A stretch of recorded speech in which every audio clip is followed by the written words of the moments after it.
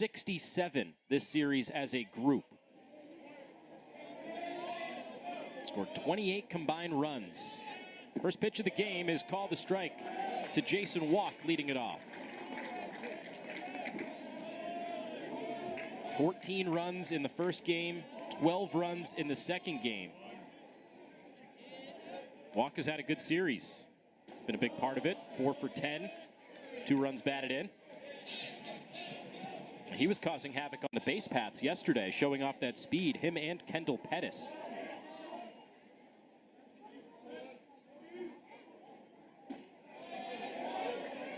So far, Zach, a lot of early breaking balls. That's a good one on the outside corner there. He's working all the way here from first pitch fastball and these 2 curveballs right on the corner of that outside part of the plate. I think the biggest thing today, Billy, for Cincinnati, you don't necessarily need to come out and take a lead right away. Of course, that would be great if you do. But defensively, behind Garula, you just can't put yourself in an 8-0 hole again. I think that's the biggest key today. Lined out to right, coming in. Viderick on the dive, lays out and secured it. So there's some good defense right on cue. That's what they need to do today. That was a very nice play by the right fielder. I mean, he just came in, kept the ball in front of him. He dove for it, and he caught it.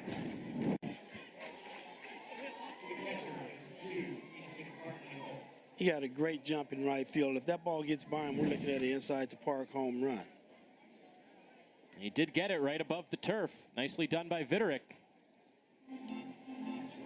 Here is the defense behind Garula. Already a good play in right from Viderick, and Jesse and Hegeman left in center.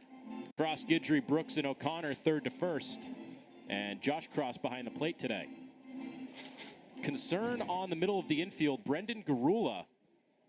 Something not right after that last pitch. Jordan Bischel is out there, the training staff, home plate umpire. Joining the conversation, Ron Whiting, checking on Garula. Did you see anything, Zach?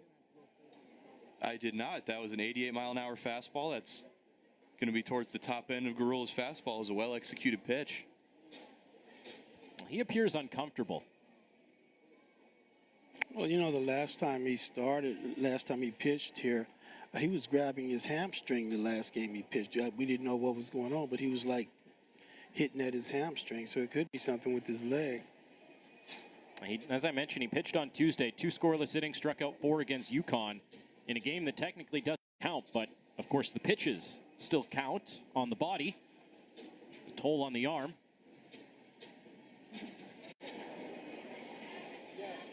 I mean, that doesn't look like a guy, Zach, that's trying to talk his way to stay in this game. A lot of guys would try to beg to stay in it if they felt they could, but he doesn't really look like he's pleading a case. A grimace after that pitch. You saw it right in that final frame.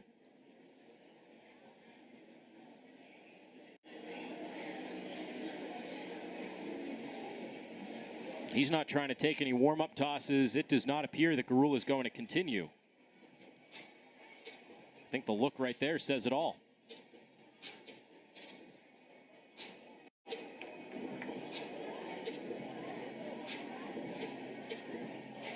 Well, whoever comes in will get all the time they need to warm up. But certainly a tough situation putting the Bearcats behind the 8 ball. Just 1 out in the first inning.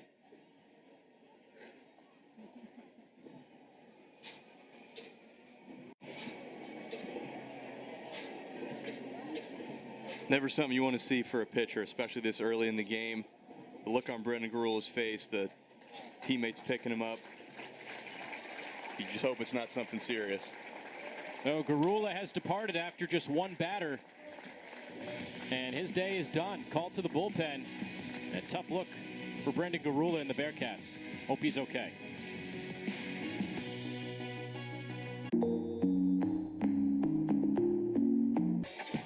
Tough to see a pitcher go down at any point, but especially just 1 batter into the game. Hoping that Brendan Garula is okay. And he has to give way to Griffin Hughes, who also pitched on Tuesday. Again, that game does not count, but the wear and tear on the body certainly does. So Hughes appearing now on Friday after pitching an inning in the 3rd on Tuesday against the Huskies. And he has bolstered this bullpen a little bit, Zach. He'll get as much time as he needs to warm up, but this was a welcome sight to get Hugus back in the middle part of the year. Always a tough task to have to come into a game when you go from dead cold in the dugout to having to come in for an injured player, so they're going to give him his time to warm up. But like you said, Anthony, Griffin Hugus, since he's come back from that middle of the season injury, he's been a revelation. He's got the lowest ERA on the team in Big 12, a 1.86. The walks have still been a bit of an issue, but the strikeout numbers are up as well. So he's that type of pitcher where sometimes a bit effectively wild. He was dealing with a knee injury for a little while, but he's come back and pitched very well lately.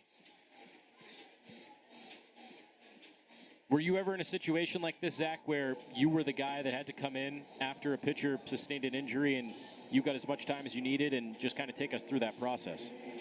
You know, Anthony, it's almost like you research that, because I would say one of my defining moments of my college career was a moment just like this. Drake Batcho was making a start against Xavier, and he took a comebacker off of his pitching hand, so I had to do this exact thing, warmed up on the mound. This was my second year, the year that I ended up starting a whole lot, and I ended up going 5+ out of the bullpen and shut down that Xavier team, and then I was made a starter because of it. So late in the season, roles are more defined, but for me, that was my opportunity to go from the bullpen to a starter. It's certainly a tough sight for Brendan Garula, a guy that really had a revelation this year after only appearing in be one of the trusted arms out of the bullpen this year, a guy that started some games as an opener. He really had a great season, and hoping that it's nothing long-term or serious for the lefty.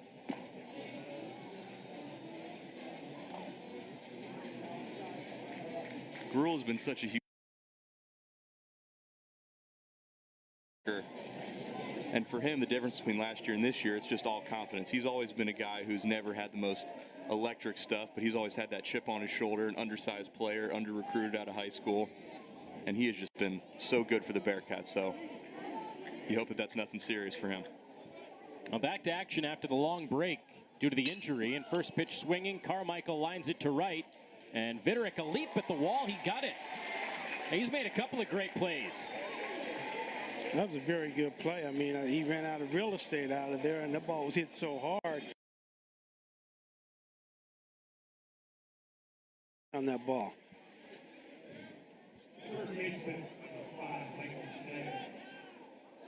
He crashed right into it, too. Yes, he did. That leap took him into the wall.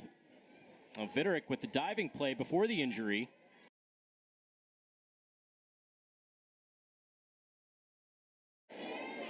And now Snyder.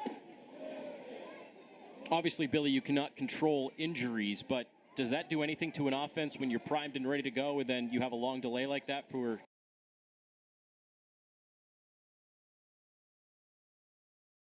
Feeling it when one of your teammates get hurt, regardless if it's in the first inning or the ninth inning, you know, these guys are brothers. It's a family. And so when one of your family members is not doing well, you feel it.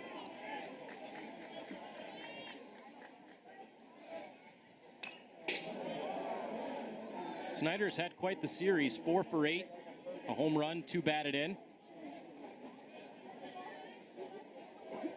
Currently on an 8-game hitting streak. Hit safely in both games of the doubleheader yesterday. Just goes to show what a change of scenery can do for a player.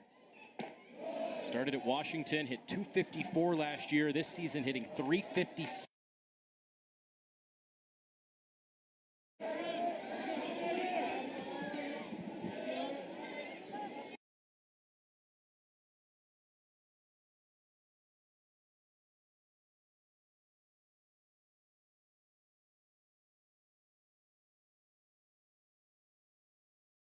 It depends on where you're playing at, who's your manager.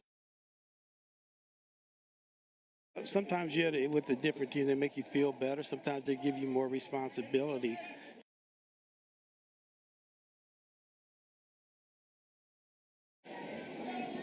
So Snyder draws the walk. Here's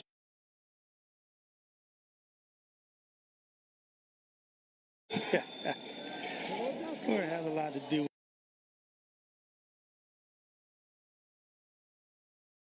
they love their sports.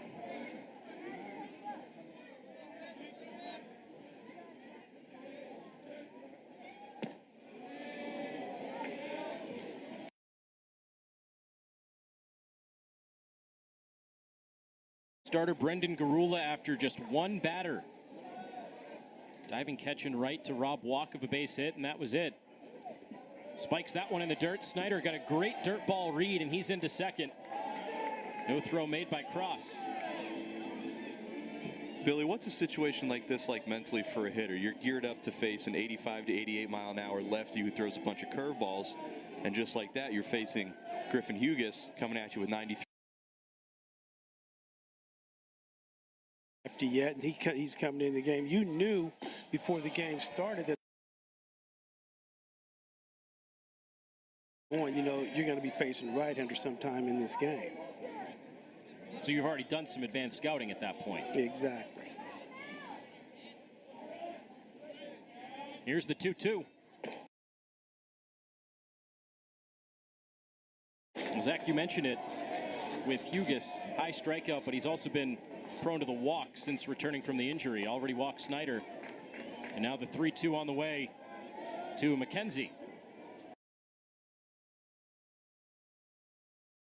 McKenzie knew it, and Hughes punches out the final batter of the first inning.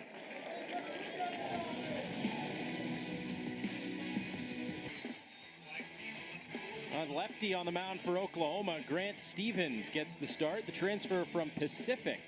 He was a Friday night guy when he was with Pacific. Hasn't factored into the weekend rotation much with Oklahoma. 5-1 with a 5.58 ERA. He pitched over the weekend against Baylor and pitched pretty well. 2 1/3 innings, 1 earned, 5 hits against the Bears last Saturday. This is a pitchability guy, Anthony, kind of similar to Brendan Garula, actually. That fastball, he'll run it up to about 90, live around that 86, 88 range, but he throws his slider and his changeup combined about 65% of the time. So you're going to see a lot of sliders, a lot of changeups, and then he'll maybe work that fastball in as well. And here's the lineup that he'll face today. Carrington Cross going to lead it off. He had a great game in Game 2 yesterday, despite the loss for Cincinnati. Hit a couple of home runs from the leadoff spot. Cameron Guidry starting at shortstop today as one of the main replacements. We had not seen Guidry in the starting lineup at any point this weekend. Well, Cincinnati kept Oklahoma off the board for the first time in the first inning of this series. Sooners yesterday scored 7 unanswered runs in the first inning, and they jumped out to the 1-0 lead in the first inning in the first game.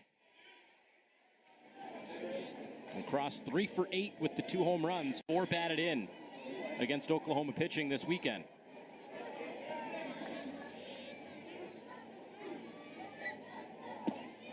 And just to clarify a remark about Stevens, he's factored into the rotation over the course of the year for Oklahoma. This is his 8th start, but not as much of the Friday night guy, of course, that being occupied by Braden Davis, who we saw in Game 1 yesterday.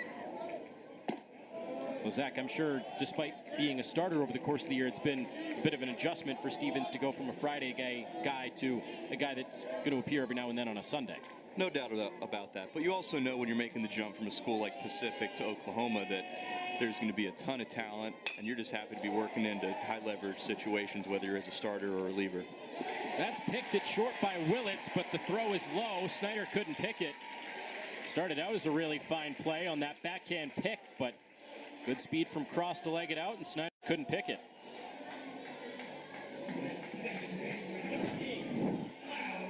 He hit this ball hard. Shortstop made a great play. He got in between on his throw, throws it into the dirt. It's in air. As of right now, that has been ruled a hit. A hit for Carrington Cross. I have to wonder if it's under the assumption that he would have beat that out, even if the pick was made at first. But it has been ruled a hit for Carrington Cross, his 4th of the series. That brings in Loudon Brooks.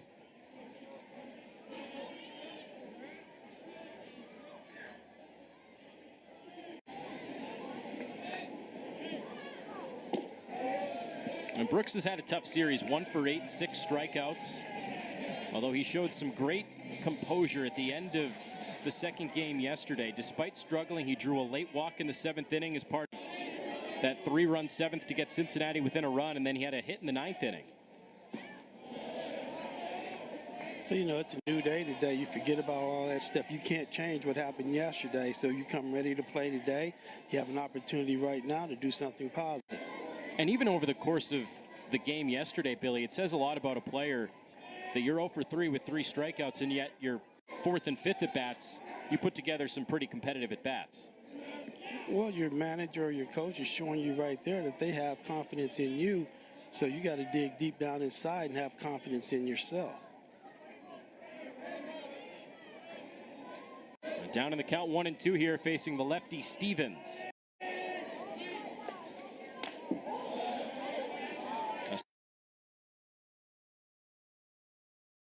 3 complete games. A very talented arm. Making that adjustment from the Friday guy to more of the Sunday guy this year. Witherspoon, the Saturday guy for Oklahoma. Davis is the Friday guy. And Sunday's been a bit of a revolving door for the Sooners.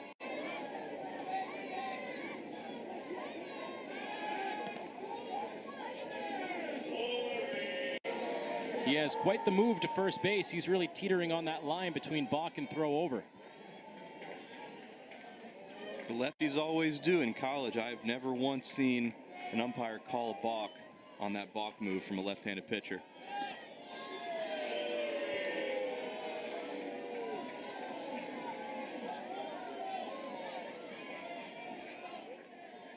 Keeping tabs on Cross, who has 15 stolen bases on the year. One of the tops in the Big 12. A couple of Bearcats are littered amongst those leaders. That's line to third off the glove of McKenzie. Trickles into left. First 2 have reached for the Bearcats. Very good piece of hitting with 2 strikes. Get a ball down over the plate. Turns on it. And that brings in Josh Cross. Yesterday, over the course of 2 games, had 3 home runs, 2 in game 1, 1 from each side of the plate. And then in the nightcap of the doubleheader, blasted a 3-run shot late in the game, and at the time it made it a... And he is now the Big 12's leader in home runs hit. 19 long balls this year. Creeping up there on the leaderboard for the single-season Bearcats home run totals. And 19 on the year for the Eastern Michigan transfer, MAC Player of the Year last year. And he's in some good company. 19 long balls, tying Griffin Merritt from a couple of years ago. Kevin Youkilis, former big leaguer. Everybody's still looking up at Mike Spina, what a run he had 2008 and 2009.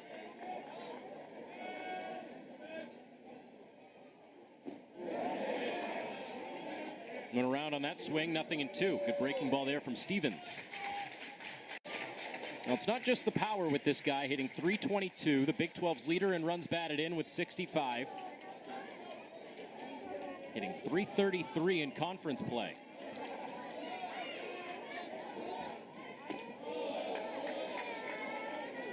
Anytime, Billy, you're in a category with Kevin Youkilis, that's good company to be in. Yes, it is. The Uke man, he could flat out hit. Even with that awkward stance. Had that bat way above his head. Hands separated. Cross goes down looking here. Stevens got him. Good backdoor breaking ball for the first out. That's an absolutely nasty slider. Cross just eliminated it because it started in the other batter's box, and it just... Good sweeper right back in the zone. As a hitter, you just got to tip your hat. I know you got a man on first and second, no outs, but there's nothing you can do with that pitch. Try to foul it off. That's one of those, Billy, you talk about, you know, if you throw it down the middle and it breaks away, you have to address that pitch. That's one where you started outside. As a hitter, you probably give up on that. You give up on it. Hunter Jesse fouls off the first pitch. You know, in this situation, your Bearcats, they love to steal third base. You got a man on first and second right here.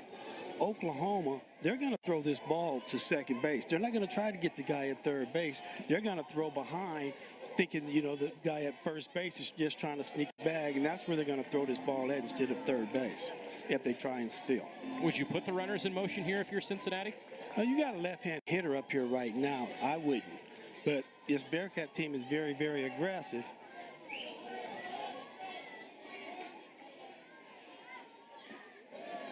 Foul tip held on to by Carmichael. Jesse down 1-2. Transfer from Indiana. He was just honored on senior day here at the ballpark. One of about a baker's dozen seniors to be honored.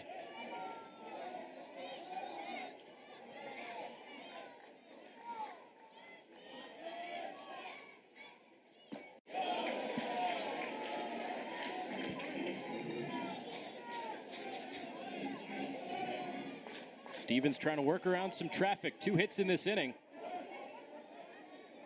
Granted, on 2 plays that could have been made for the Sooners, and that was the story for Cincinnati yesterday. Now it's the Bearcats that need to cash in. Almost thrown into center field. Willits on the leap. Keeps it on the infield.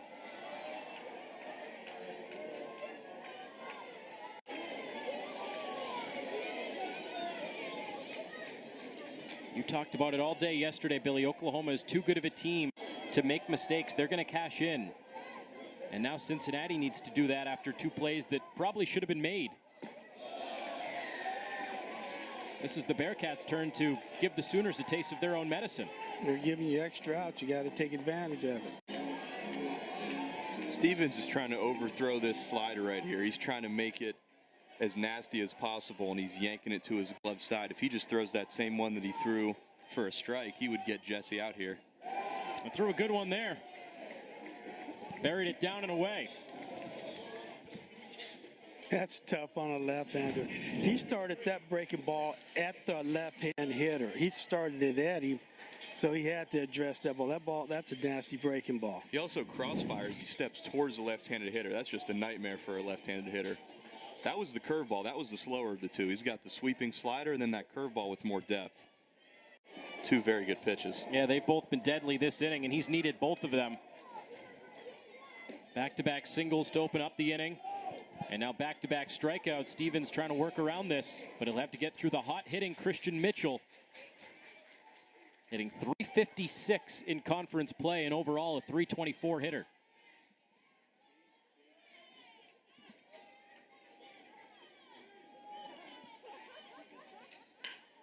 Ground ball to short, and Willits the short way.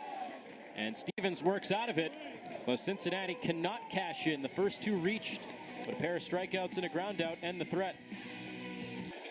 Now, Oklahoma, first in the Big 12 for a reason. They are 6 games ahead of second place Oklahoma State. And Billy, we talked about this at the start of the broadcast. You were just in awe of the Sooners this year, and big reason why is the offense. I mean, they just continue to come at you. Yes, they do. I mean, their offense is outstanding. But, you know, seeing them, they threw a lot of pitching at Cincinnati yesterday. And everybody they brought in, they had an idea of what they were doing up there on the mound. So you got to have a complete ball club. You have offense, you have defense, and you have pitching. You got a chance to win a lot of ball games. Nicholas leads it off for the Sooners. And we were talking before the game. We knew Oklahoma was the Big 12 champions in the regular season. As that's fly down the left field line, Jesse, a long run, and he tracks it down. Almost overran it. But we were looking at the standings. We knew Oklahoma had wrapped up the #1 spot, but I don't think we realized how much they were running away with it. I mean, Oklahoma 23-6, Oklahoma State 17-9. You're a full 6 wins above second place Oklahoma State for first. That's unbelievable. It really is. But then when you look at their numbers, what they're doing offensively and pitching-wise, you understand why. Pettis takes the bunt bid away and gets the called strike against him. Pettis on a 4-game hitting streak for the Sooners.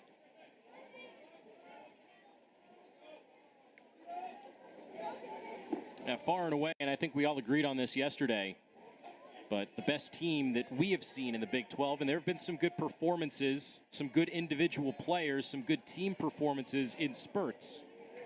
But this Oklahoma group up and down, probably the best roster, and obviously when you're the #1 team in the conference, the #12 team in the country, it's no surprise. Not at all. I mean, you look at them. They have speed, they have power, they pitch, they catch the ball. You're going to have a chance when you have guys doing all the things they're doing. You're going to win a lot of baseball games. they're the first team that really sticks out. It seems like the rest of the Big 12, granted except for maybe those bottom two teams, very similar. Everyone very talented but has struggled at times. This team just looks very complete. I've been that way for a couple of years under Skip Johnson. Went to the College World Series in 2022, back to the NCAA tournament last year. They've been ranked the past 4 weeks. Pettis stays alive.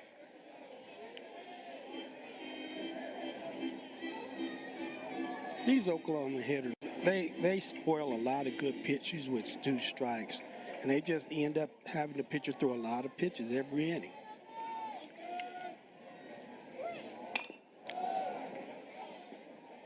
The amount of good at-bats we saw yesterday, and we're seeing it again today here with Pettis, it's been incredible to watch. I mean, Zach, these guys just don't give in.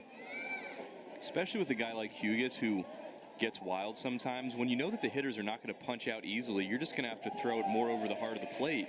Because if you try to get too fine, you're just going to walk guys, as we see right there. And then not only do they work counts, they've got some serious thump in their bats. So if he's missing fastballs over the heart of the plate, they're going to hit them.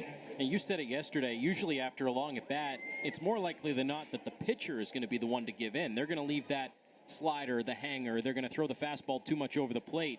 It's usually the pitcher that's going to make that mistake. Or they're just going to walk the guy. Yeah. That's what happened right there. Pettis aboard with 1 out. Ahead of Willits. He shoots it the other way. Jesse coming in, into the slide, and he dropped it. Couldn't hold on. The ball rolling back towards the infield after the drop in left. Would have been a great play, and Jesse just couldn't hold it. That's a very, very tough play for a left-hand hitter. The ball's falling away from you towards the line. He tried. Great thing he did about it is keep the ball in front of him.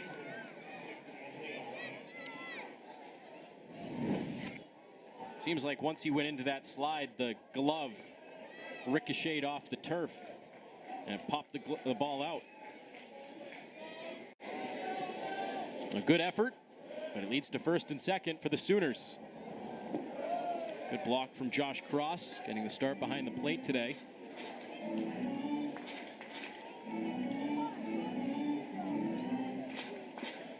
Isaiah Lane batting, came on as a substitute in the first game yesterday. Lane, a .306 hitter on the year. Freshman from Chula Vista, California.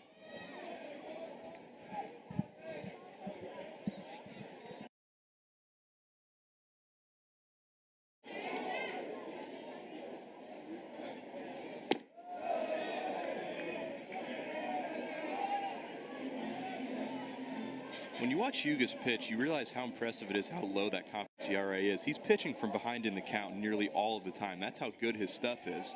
Usually a pitcher gets down in the count, you have to give it and throw a fastball. His fastball's so good, even when hitters know it's coming, he's still able to get it by him. But it's a risky game to play. No doubt about it.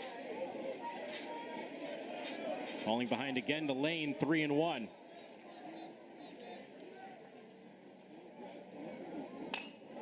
Good pitch there, right off the hands. Is there something to be said about that, though, that a guy really hones it in when he falls behind? You know, some guys prefer to work behind. That sounds stupid to say, but it's definitely putting yourself in a stressful situation all the time if guys prefer to pitch that way. It leads to a walk. Now, bases all loaded up with Sooners here in the second inning. Any pitcher that prefers to pitch behind in the count will not be pitching very long, either at the college level, high school level, or the professional level, because hitters get so much better when they're ahead in the count. Well, Zach, you alluded to it. We'll get a mound visit here, but that's been the one issue for Hughes. The ERA has been low since returning from the injury, but he has struggled with the walks, and I'm sure a lot of that can be attributed to some rust, not pitching for a good chunk of the middle part of the season, but he's got to rein that in and find a way to find the strike zone here. This is by far the most dangerous offense that Hughes has had to face, the way that he pitches. A lot of times with other teams that strike out more, he can get away with it. He can load the bases and punch his way out of it. This Oklahoma team so far this weekend does not look like they're going to go down that easy. Josh Reynolds wrapping up the mound visit, the pitching coach for Cincinnati. You would think, facing the 9-hole hitter, you get a bit of a break here, but that's not the case with Rocco Garza-Gongora, who made the start in the second game of the doubleheader yesterday and proceeded to go 3 for 3 with a double and 2 runs batted in. Showing that depth of this Oklahoma roster. Sophomore from Laredo, Texas.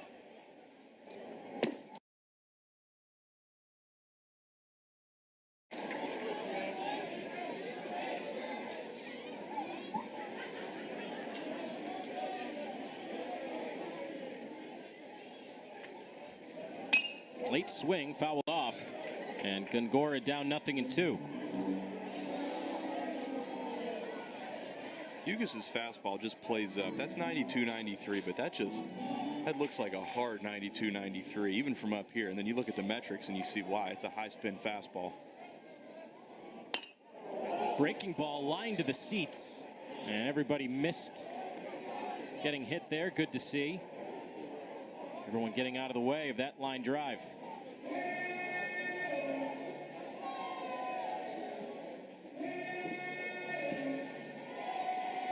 He turned on that. Way out in front of the breaking ball. Another 0-2.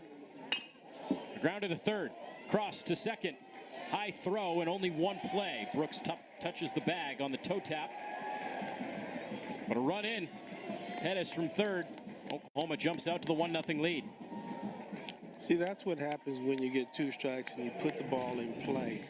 You get a run. You got a chance to get a run. I thought the third baseman Cross was going to come home with that play right there because of the way it was hit, but he tried to turn 2 on it, and they had no chance. You know, I was thinking the exact same thing, Billy. The high chopper, it was bringing Cross in towards the plate. You're probably not going to get 2 there. It seemed like the best play was to come home and prevent the run from scoring. Yes, you do. You keep it 0-0. I mean, it wasn't like he didn't have a chance to come home. It was going to be really tight. I think he would have had him if he'd have came home. I think the only way you go to second there is if you're guaranteed, although there's never a guarantee, but more likely than not to turn 2 and get out of the inning. If the ball's hit hard. Yeah. You know, it's not that big hop. It's hit harder right there on the line where you can just turn it. That ball right there, it was bringing him towards home plate, so you just keep on and throw it home. A bunt bid for walk, and he fouls it off. And even if he did come home, you're still putting yourself in a position to maybe turn the double play if Cross can fire it down to first base quickly. The double play isn't totally out of the question at that point. Well, you're not gonna. It's very tough to turn a double play in that situation when the ball not hit hard, but you still got zeros on the board. Instead, Cross went to second, making it 1-0 Oklahoma. Hughes keeping tabs on the runner at first base. That is now Garza-Gongora after reaching on the fielder's choice. Willits across the diamond at third. 2 walks and a single this inning.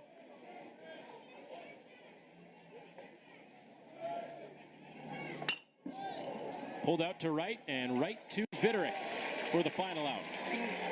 Oklahoma gets the first run of the game. They have scored first in all 3 games this weekend. Blow me go through that line when it was just you a couple of years ago. It's awesome. I mean, that's one of the greatest things about college baseball and sports in general. You get to grow so close to your guys, and you grow so much over 4 years. I was saying these are guys my sophomore year coming in as young freshmen. Now to see them as seniors, it's awesome. It's a unique class, especially being under a first-year head coach. As Josh Hegeman digs in, he was one of those seniors honored. A unique class in the sense of some of these guys were inherited by Jordan Bischel, really didn't have that relationship coming into the season. Some of these guys were transfers that followed Jordan Bischel. And some of these guys were transfers from a different school entirely that had no relationship with the current roster or the new regime under Jordan Bischel. So kind of a hodgepodge of guys. And as I mentioned, varying degrees of roles. Some guys came in that had a role at a previous institution.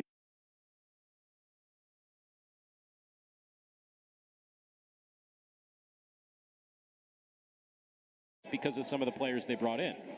That's where you just never know how the chips are going to fall. So you work hard all through the fall and you try to define your role.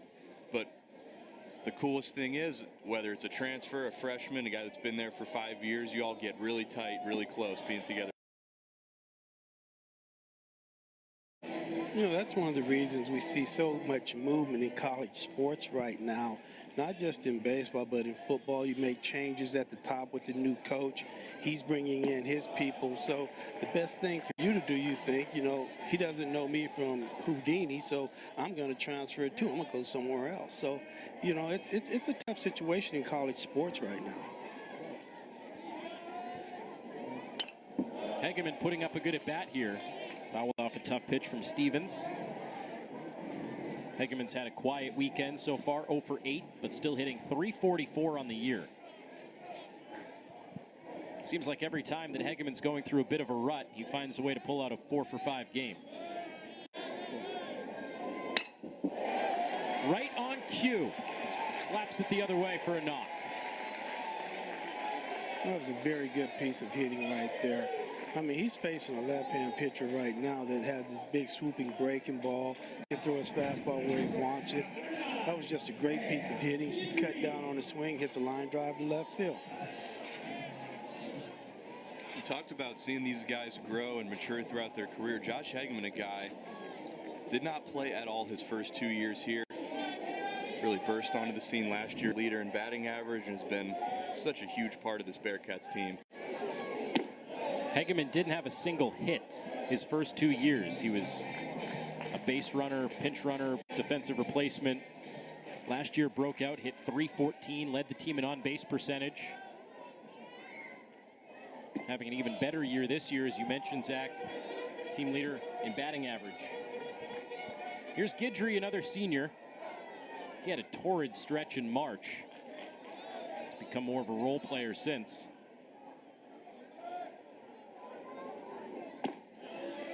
A lot of middle infield options for Cincinnati. Kept Guidry off the field over the course of the year, but when he's hot, he's about as hot as anybody in the country.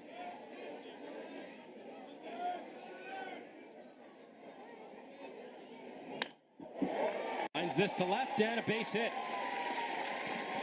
So Guidry, who had his last hit in mid-April against Xavier, starts today 1 for 1. Got him a little breaking ball up in the zone, and Guidry likes the ball up in the zone anyway. Ball's above his belt, put a little good swing on it, gets him a little single. So similar start in this second inning for Cincinnati. First two have reached on singles. Tommy O'Connor to extend this hitting streak. Cincinnati got the first two on last inning as well, both with singles, and then 2 strikeouts and a ground out ended the inning. Fly to center, walk a few steps to his right.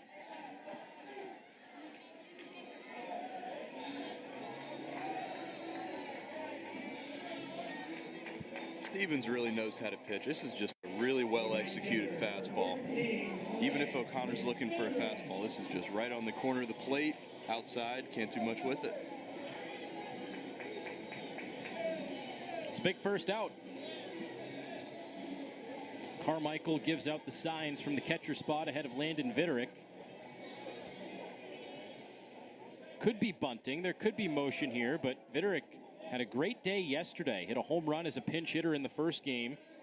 Had another knock and a run batted in the nightcap.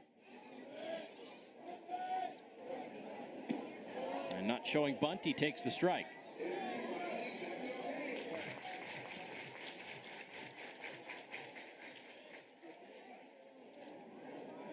That slider that he's throwing to lefties is starting behind him and ending up clipping the inside corner. That is a tough pitch. Back to back. What are you thinking now, Billy? You see 2 sliders in a row. You're in trouble right now. You just got to hope, you know, you swing at a strike. You don't want to hit the ball hard on the ground because it's a double play. But you're in a battle right now. You got to shorten up on your swing and do the best you can. Especially with the lefty-lefty. And he's throwing 2 big breaking balls at you. He's throwing one behind you and breaking it on the outside corner. Then he's throwing another one that just hangs there, and then it just breaks down on the inside part of the plate. It's very tough lefty-lefty on this pitch. I think we're going to see a White Castle special here, another slider. No, to the heat.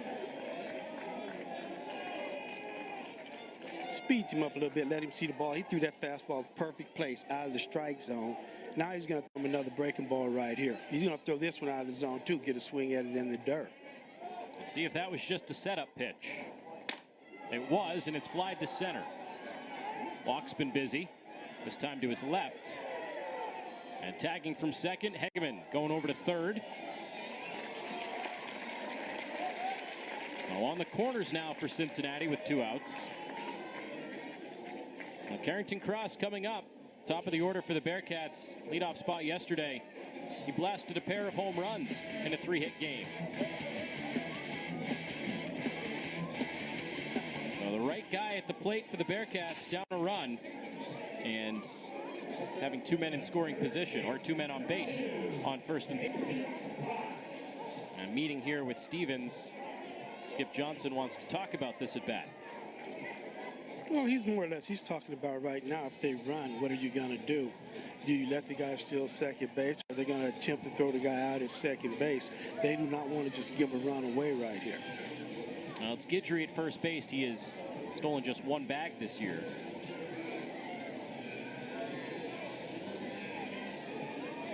Feels like with Cross at the plate, Billy, you'd just rather take your chances and let him swing rather than put guys in motion and cause havoc at this point. Well, if you take off, they throw the ball second base, he breaks from third. I mean, you get around without having to swing the bat, even if they get the guy out. So, you know, you're looking to try to tie this score right now.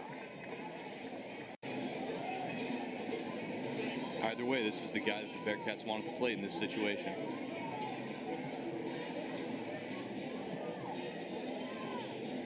Carrington Cross has drawn his walks this year, top 5 in the Big 12. Scored a lot of runs, batting in this leadoff spot. This weekend, he's been doing it with the stick. Now 4 for 9. Coming off a weekend against BYU in which he hit better than 400 as well. He's been cooking.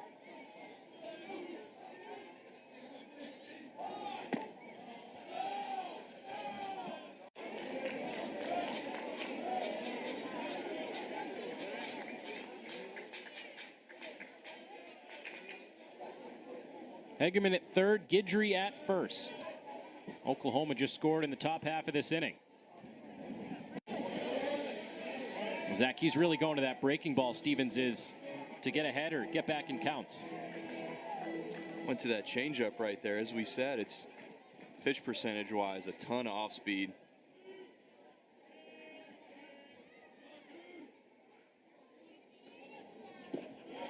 Is that a sign of trusting the off-speed more, or that's just something that is more of a strength, do you think? Does he not trust that fastball, or that's just more of a strength of his arsenal? I think he trusts the fastball. He just knows his stuff and knows the type of pitcher he is. It's 88-89, so he uses it a little bit sparingly. I suppose if you work backwards, it makes 89 look like 93. Exactly, especially the way that he throws. He's got a little short, quick arm action, kind of hides the ball. That 88 might kind of play up when the hitters are just seeing slow, slow, slow. There's 88. A double steal attempt and a tag out at the plate. Cincinnati tried to lull Stevens to sleep, and the Sooners were waiting for it. Jordan Bischel pops out of the dugout. He's mad about something. Cincinnati is going to take the field. It's out when we come. Now a chaotic play to end the bottom of the second inning. Jordan Bischel is still fuming. Here is the look. So, Billy, you were mentioning, did he step off? And he did. Yes, Stevens he did step off and then fired home. You were thinking that he maybe didn't step off and it would have been a balk. Once we established that he did, it's a clean play, and it's certainly an out-at-home plate. Yes, it is. And, you know, that's the one thing that the manager just went out there and talked to him about, that first and third situation. So they were prepared for it. Fought off the hands of Carmichael, 1-1 to open up the third. That's the first thing that popped into your mind, and Stevens did a good job. For Cincinnati's perspective, you were just breaking it down to Zach and I up here between innings. For Cincinnati, they would have liked for that throw to go to first base and then have the runner from the backside take off and bait the run in. Exactly. Because he was coming all the way. As soon as he wants the guy at first base breaks, pitcher usually throws the ball to first base, and that's all you need is that time for you to score from third base. And we talked about Steven Zach, a veteran, spent 4 years at Pacific as a Friday night guy. He's been in big spots, granted at a lower level, but still a veteran, seasoned guy. That's a good play on his part. He's not the pitcher that you're going to speed up with a play like that. He's thrown too many innings to get fooled by something like that. Hugas again falling behind 2-1 against Carmichael. He's hitting .500 this series. Lines this out to right center, carrying. Hegeman at the wall, and it squeaks over. Carmichael, an opposite field shot. Number 6 on the year. The other day, we were talking about if he would hit for the cycle. He was pulled for a pinch hitter late in the game. But now you can officially say that Easton Carmichael has hit for the cycle this series. That's such an impressive swing. Hugas threw him a pretty good curveball out on the outer half of the zone. He stayed back on it, stayed with it, and drove it out to right center with some authority. Just got over the wall. Certainly had the distance, but just with the trajectory, would it make it over the wall? And it did. And now first pitch swinging for Snyder. Hit a mile high, but not deep. Bitterick just waits for it.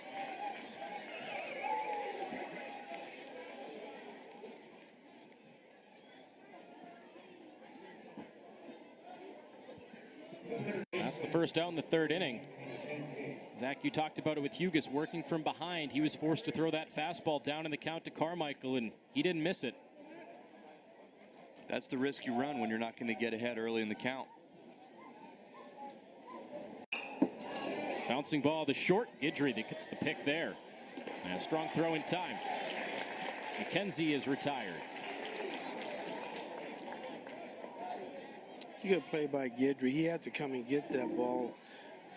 Guy hitting the balls going down the first base pretty good. You got to get to that ball quick and make a good, strong throw. That's another thing I've noticed about Oklahoma, too. They're not lollygagging it down the line. They're making the infielders make a play even on a routine ground ball. Well, when you have as many guys as they have that can play, you put pressure on your teammates. If you're not doing the little things to help us win, I will put somebody else in there that will do it. And they certainly have the depth to do that if necessary. Although everything we've seen, I don't think these guys are going to play their way out of the lineup with lack of hustle. That's for sure.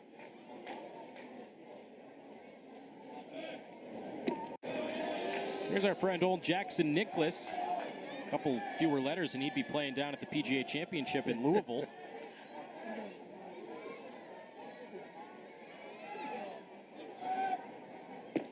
Good slider from Hugas. Tied him up. And he has his second strikeout. But Carmichael tagged him. Oklahoma has gone to the bullpen here in the third inning. A short leash today for Grant Stevens. A bit of a surprise, but ahead of the Big 12 tournament, maybe Oklahoma just trying to get some guys some work. Especially for Brendan Gertenzak, because he was the scheduled starter on Tuesday at Xavier. And that game never started. It was ruled a no contest due to inclement weather. So Gerten is a guy that can give some length out of the pen as well and gets in here in the third inning. Stevens and Gerten both have made some starts. They've pitched out of the bullpen, and both pitching to some good numbers. He's got a really nice strikeout to walk ratio, strike thrower, fastball up to 95, 96. This Oklahoma team just has depth on both sides of the ball. He's even saved a game this year for the Sooners. As I mentioned, he was supposed to pitch at Xavier here in Cincinnati on Tuesday, but that game was canceled due to rain.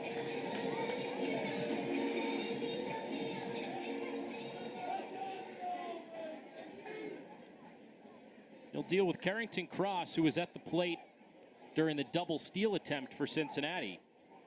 Josh Hegeman was thrown out at the plate. Good job by Stevens to step off and make the play. Cross gets a second look at it. Called strike one.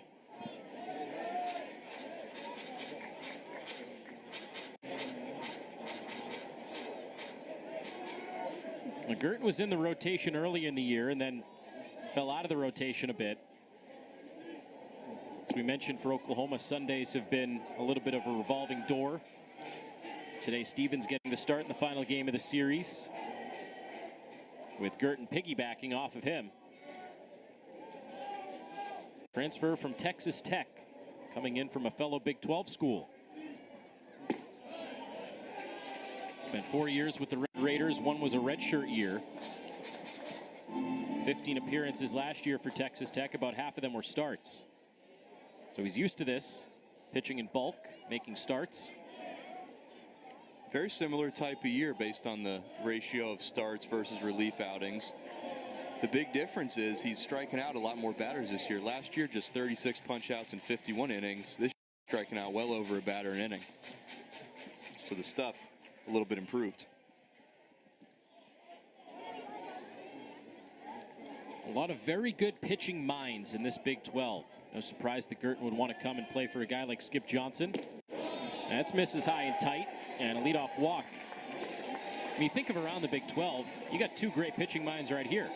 Jordan Bischel at St. Norbert, granted a lower level, but he's had a lot of success as head coach at Central Michigan and now here at Cincinnati. You got Skip Johnson in that Oklahoma dugout. Maybe no better example in the Big 12 than Kirk Saarloos, who actually played at the major league level for a handful of years down at TCU. Representing your pitching folk pretty well, Zach. That begs the question, Billy. What position do you think makes the best head coach, manager? It's not so much a position. You know, I think you have catchers. They're in the play just about every play. So usually people will say your catchers make the best managers. But you got a baseball mind. It's more to it than just knowing the numbers. I mean, you got to be there for your players, know how to treat people. It's a lot of different things. You got to know the temperature of your team, how these guys work. What you got to get something to make them go when they're not going well. So there's so many different things in the managing instead of, putting on a hit, run, a steal, or what pitch to call. You got to have some personality. You really do. Some people skills. You might have a catcher that knows the nuts and bolts of the game, but doesn't know how to socialize or talk to people and have those relationships. Exactly. I mean, sometimes at every position you play, you have a few rum-dums, and I mean, it's unreal. Runner takes off, and it's a hit and run, and it works. Grounded through the right side. Cross keeps going on his way to third. Loudon Brooks punches it the other way. And Cincinnati again, the first two have reached in the third inning. It's a good piece of hitting right there. Hit and run. All you want to do is get the ball on the ground. He got the ball on the ground to the right side. He ends up getting a hit out of it. There's some of that action on the bases you were talking about, Billy. Cincinnati loves to create havoc, put guys in motion, and that time the hit and run worked to perfection. That's when they're at their best, when they're stealing bases and stuff. And Oklahoma has been able to calm that down in the first two games of the series. You get the first two guys on an inning, you think eventually you're going to start to plate some runs. All 3 innings. Feels like the law of averages needs to even out at some point. But the way Oklahoma's been pitching with damage control, they've done well. Not the guy that Girton wants to see at the plate with 2 on, nobody out. Cross did strike out looking his first at bat. That was against Stevens. Pulled to first and bobbled by Snyder. Cross halfway down the line, throws on the brakes at third and scampers back. And Snyder recovers to make the out on the tag.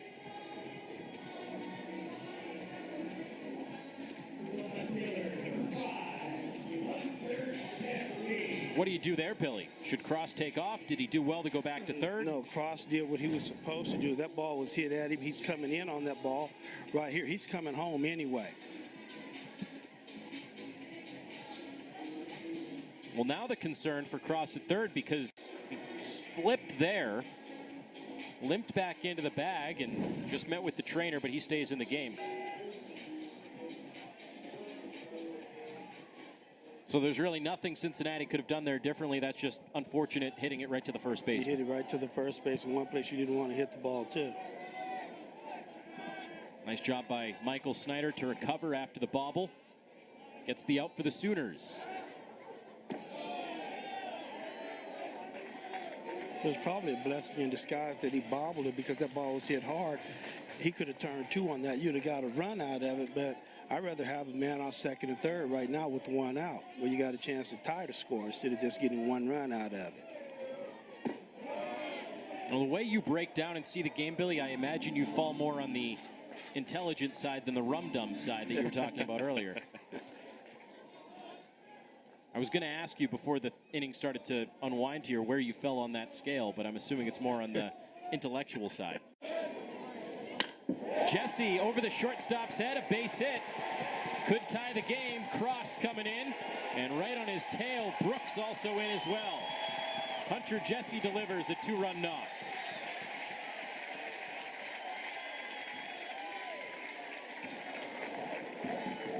Good piece of hitting right there. You got 2 men on, scoring position. All you got to do is just make good contact, get both runs in. Zach said it just felt like a matter of time for the Bearcats to break through. I mean, you put 2 runners on to begin each inning. You don't score in the first 2, and finally breaks it and comes through. Despite the composure of this Oklahoma pitching, the Bearcats offense is too good to get the first 2 men on and keep leaving them on base. You knew that was going to happen eventually. The umpires are meeting about something. The umpire has the bat in his hands. That's home plate umpire Ron Whiting.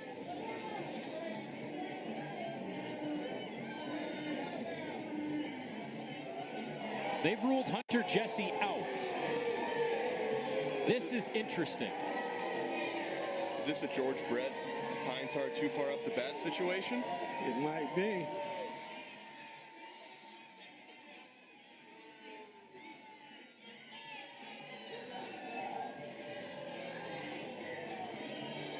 Hunter Jesse just joined the huddle to try to plead his case.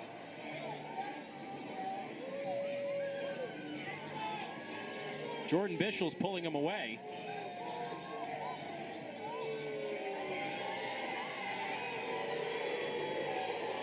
I mean, Hunter Jesse, you don't want to make any excuses. We don't know the exact situation, but this is a 5th-year guy, clearly frustrated.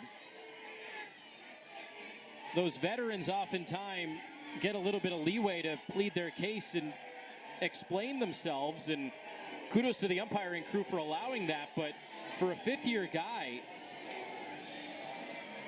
this just seems odd.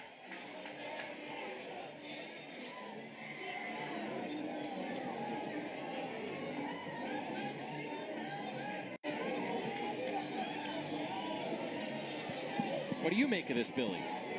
I think they're looking to get the pine tar too far down on the bat, so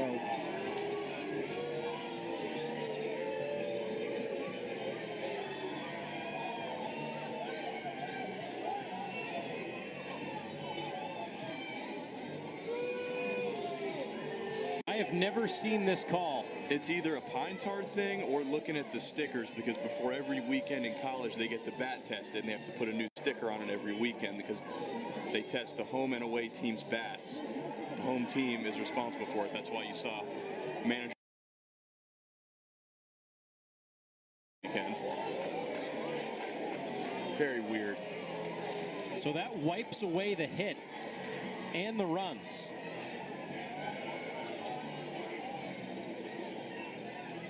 I don't know if this is any indication of what the call should or shouldn't be, but I think it is a little bit of a telltale sign that Jordan Bischel was not screaming and yelling and arguing. He was certainly out there defending his player, but he didn't seem overly upset about what the call is. I don't know if that's any indication of right or wrong, but that's one thing that I did notice. It's a good catch. Well, wipes away the runs. That is the second out of the inning. Oklahoma gets a big gift. And Mitchell takes a strike. I mean, you would think that if it was a blatant miss by the umpiring crew and there was no reason for that to occur, that Jordan Bishop would have lost his mind just as Hunter Jesse did. You're right. Well, Jesse trying to explain himself, and he's earned that as the fifth-year player, as we mentioned. But Jordan Bishop kept more of a calm head, and maybe he recognized that there was some sort of a violation. And again, we don't know, but that's just something that stood out.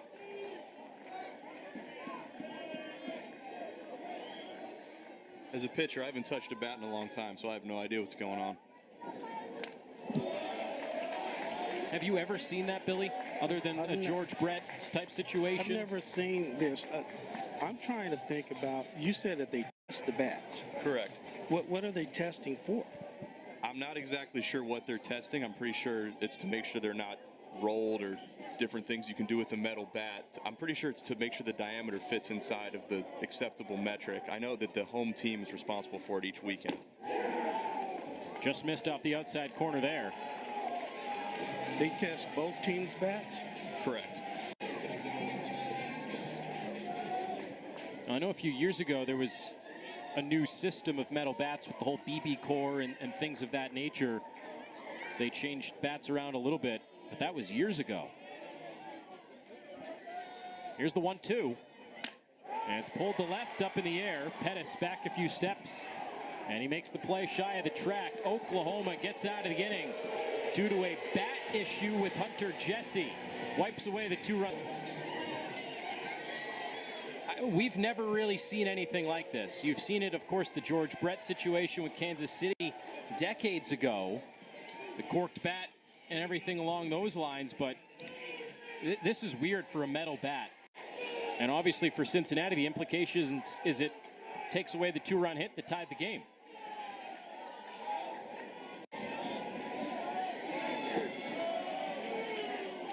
And these fans are still giving it to this umpiring crew.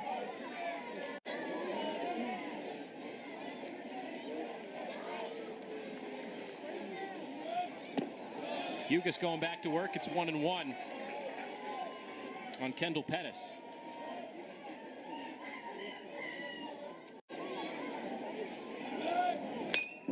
Lined up the middle. Hegeman coming in and makes the grab. Good jump to track it down. Ball's hit right on the line. Hegeman got a good jump on the ball, and ball's hit hard, but he catches it.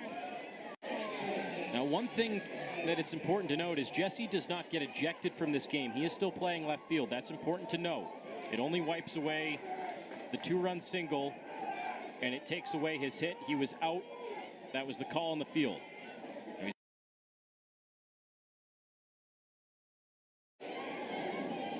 Here's Willits. He takes a strike on the corner.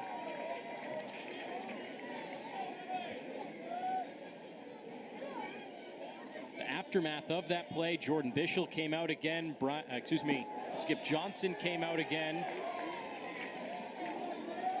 Both managers meeting with umpires, keeping order here in this game.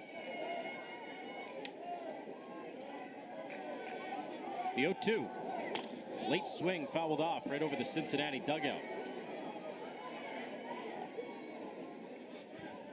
So as far as the bat testing, it's mostly what I thought. It's checking that it's on an approved bat list and no like audible rattles or broken pieces. And then it's making sure that the barrel is the correct diameter. That's so the barrel hasn't gone flat or rolled. That's a thing that people can do to a metal barrel to try to make it perform a different way. They put a ring over the diameter of the barrel, and if the ring stops, it's fit. If it goes all the way through, the barrel has been manipulated of some sort. So it could have been something with that. I think it was something with the pine tar. That's the way it looked. I mean, they held the bat out and showed it as if it was something on the handle of the bat. That's lying the other way, and that's going to get down a base hit in front of Jesse. Nice job to knock it down. Trying for two. Willits gets in there. A double for Jackson Willits, his second hit today, and he's had quite the series. That was just a double. He got that double out of the batter's box. He at first base made his turn. He saw the left fielder was going away from the base he was going to be throwing to. Made a good turn. Nice double. Now the fans, in a little bit of a mockery, are saying, check the bat, after Willits just got that hit. Pine tar rule, it can't have more than 18 inches of pine tar from the knob. Most bats are typically marked at that 18-inch line for the ease of identifying that rule. So my money, it was a pine tar tooth thing, going too far up the bat. So who too would, close to the barrel. I'm imagining it would maybe be the catcher, in that case Carmichael, the one to pick up the bat and maybe identify that and signal to have it checked? Where would that come from? Could be. I would find it a bit hard to believe that a player is going to be trying to catch another player on something like that. Who else would catch that? I mean, from the dugout, can you see how much pine tar is on a bat? You know about where the bat, where it should end on the pine tar. So if you start looking at a bat and it's way up, I'm talking about 2 or 3 inches, it's easy to tell from the dugout. What does that do to a bat? If it's illegal from that perspective, then what does that advantage? They just to keep it from going so much further down. You get it all the way down on the barrel. I mean, it's sticky. It's like a pitcher, using that sticky stuff. It's going to help you a little bit. It would make the ball come off the bat differently if it was up on the barrel, you're saying? Yeah, maybe. That's why, you have a certain length that you can use pine tar on. That's why you see a lot of guys put it on their helmets. I always think of Trot Nixon, who looked like every time he got a new helmet, it was dirty in the first 5 minutes that he had it because he just put so much pine tar on it. Manny Ramirez did it as well. Throw it on the helmet, you just touch the helmet. You don't have to worry about putting it on the bat. Well, either way, the Bearcats, it's been that kind of weekend, and this is just going to be another test of their mental fortitude to see if they can stay together and not let something like this unravel them. A really unfortunate situation, a game-tying base hit. And Griffin Hughes is continuing to go right at these Oklahoma hitters. Dealing with Isaiah Lane right now, 2-2 the count. And putting up one heck of an at-bat, which is not a rarity for these Sooners. They've done this all week.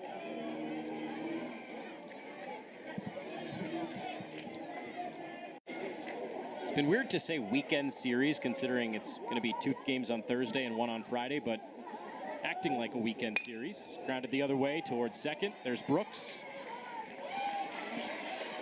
2 outs. I'm not sure what I'm going to do with my Saturday and Sunday not being at the ballpark. It's going to feel very strange.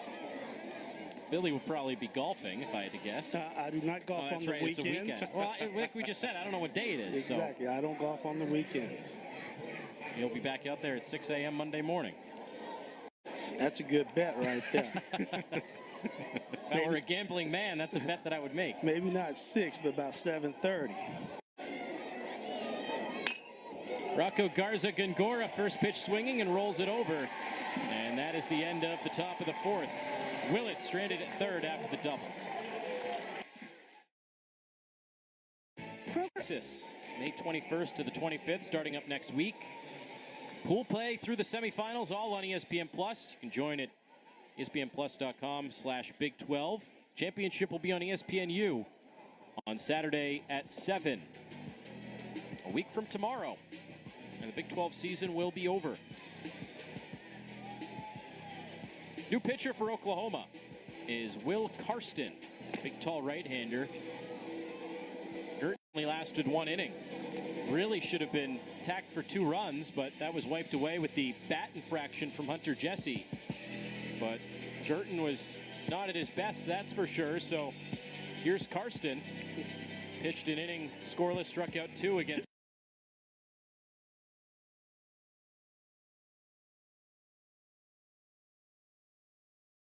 in March.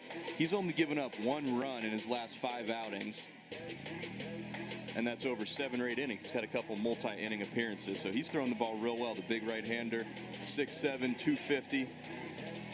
Good fastball.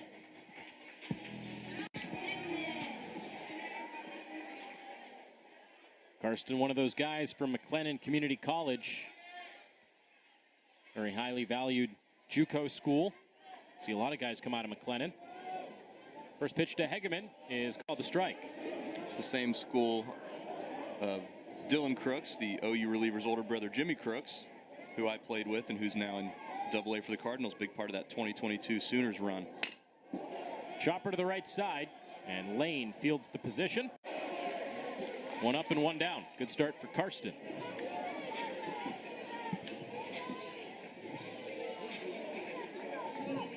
Karsten mostly a reliever this year. He did make 5 starts over the course of 18 appearances last year. But as you mentioned, Zach, that ERA at 9 coming into this game, but he's been good lately. Trying to shut down the Bearcats here in the 4th and perhaps beyond.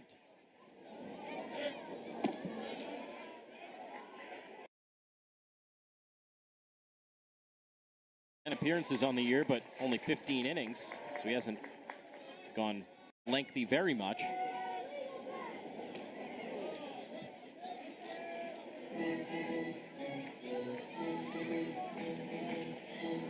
Cameron Guidry 1 for 1 with a single back in the 2nd inning. Now batting here in the 4th.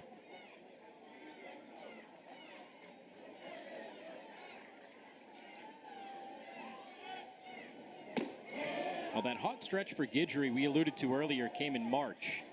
In a 3-game span, he had 5 home runs and 12 batted in.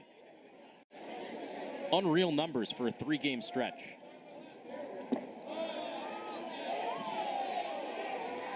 Two balls and 2 strikes.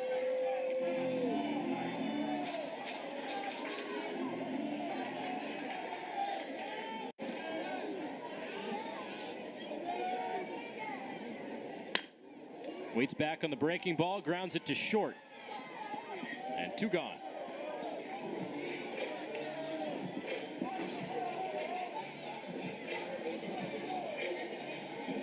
Well, for the first time in this ball game, Cincinnati has not put the first 2 runners on base. What has Karsten done differently here, Zach, to have better success? He's been doing a good job getting that curveball over for a strike, and the way that he throws 6-7, it's a big curveball from over top. It's a really good pitch. That's what he's gotten both of those ground outs on. Here's O'Connor. Billy, you talk about it all the time. Those guys that come straight down, oftentimes a tough angle to pick up out of his hand. Especially when they're 6'6", 6'7", 6'8". You have those guys like that. Their release point, it seems like they're stepping on you when they're releasing the ball. It's very tough to hit those guys that have velocity.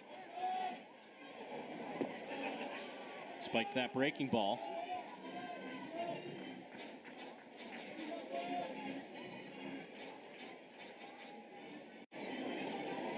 O'Connor flew out to center in the 2nd.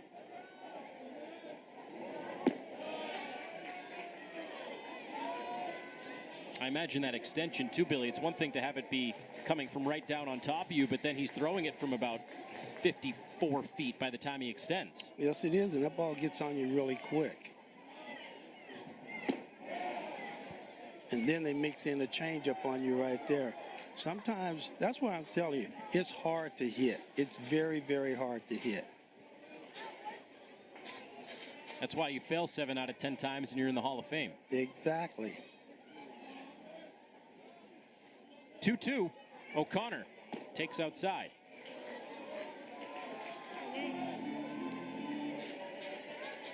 Nowadays, you can hit 250 and still be considered for the Hall of Fame. Game's changed. That's how much it's changed.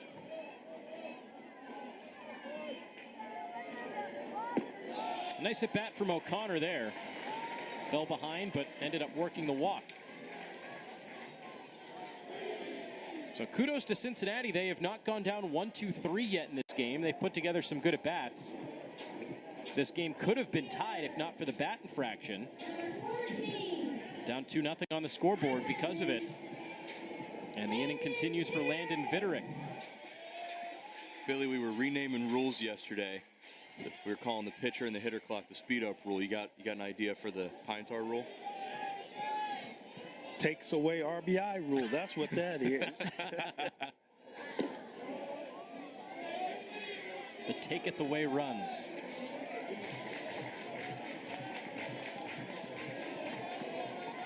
Vitterick blasted a home run yesterday. O'Connor is a threat to run. 7 of 8 in stolen bases this year. You wouldn't expect that for a guy that stands 6'5", 222. Really, this matchup with Oklahoma features 2 big first basemen that can run. Talked about it with Michael Snyder as well, 6'4", 226, and he's got more than a dozen steals this year. O'Connor built very similarly, and he'll run. Those 2 guys could play defensive end.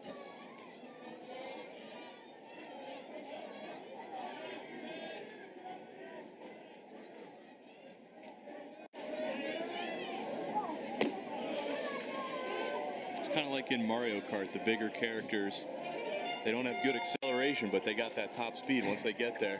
It's like Bowser versus Toad. I always played with Toad.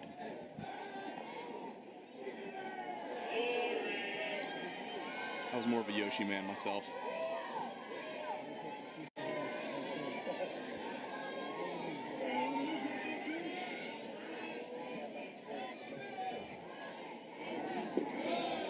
Three balls and a strike. All of a sudden, Karsten has lost it. Well, this is not a good situation for Carson to be in right now. It's Viterick, I mean, he's looking for that fastball middle in, and he showed you last week at BYU what he can do with a good fastball.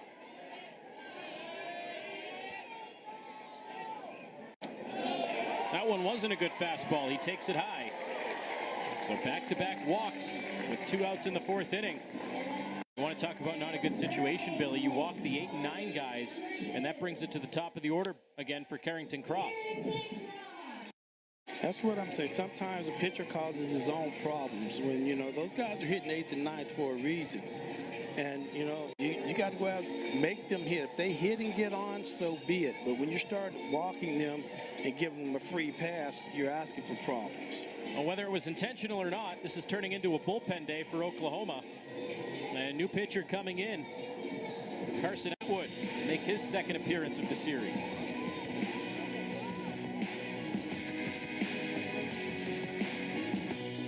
Geico covers dead batteries with their easy app and 24/7 help. You've reached the dead end, monster! No kidding. Dead batteries are the worst. But no worries. Geico gives me even more coverage and 24/7 help. See? Wait a second. You're not Frankenstein's monster. No, that's his cousin. Carson Atwood is in the game, so Oklahoma goes from Karsten to Carson. Good numbers for this right-hander. 3.14 ERA, his 23rd appearance. But Cincinnati did get to him the other day. 7th inning of Game 1 yesterday. Gave up a base hit to Christian Mitchell. Got Josh Hegeman into a fielder's choice. Struck out Palmieri. But then it was the Landon Viterick pinch hit home run, the big 2-run shot. But he has been very, very consistent all year. Strike thrower, great strikeout to walk ratio, good ERA. It's been a guy they've counted on all season long. Billy, when you see a guy for a 2nd time in a series, advantage pitcher or hitter? Well, it depends. If you've had good success against advantage pitcher, so it just depends on which way the dice rolls there. You have a guy with outstanding stuff, you never really want to see them, you know. Now, fans are dancing away trying to get Cincinnati back into this. Almost tied the game last inning, but the bat infraction pulled away 2 runs on the takeaway run batted in rule. We're going to have a whole laundry list of things to send to the commissioner's office by the time this weekend's over. 1st and 2nd, 2 outs in the 4th. Atwood is in, and he faces Cross. Skip Johnson not messing around.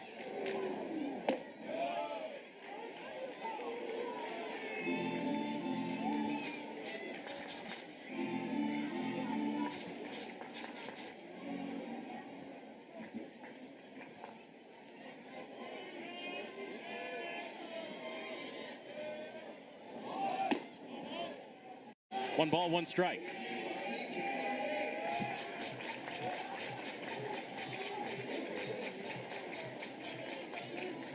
Atwood continuing to climb up the program ranks. All-time appearances, his 2nd this weekend. entered the weekend 6th all-time at OU. Shot foul the other way.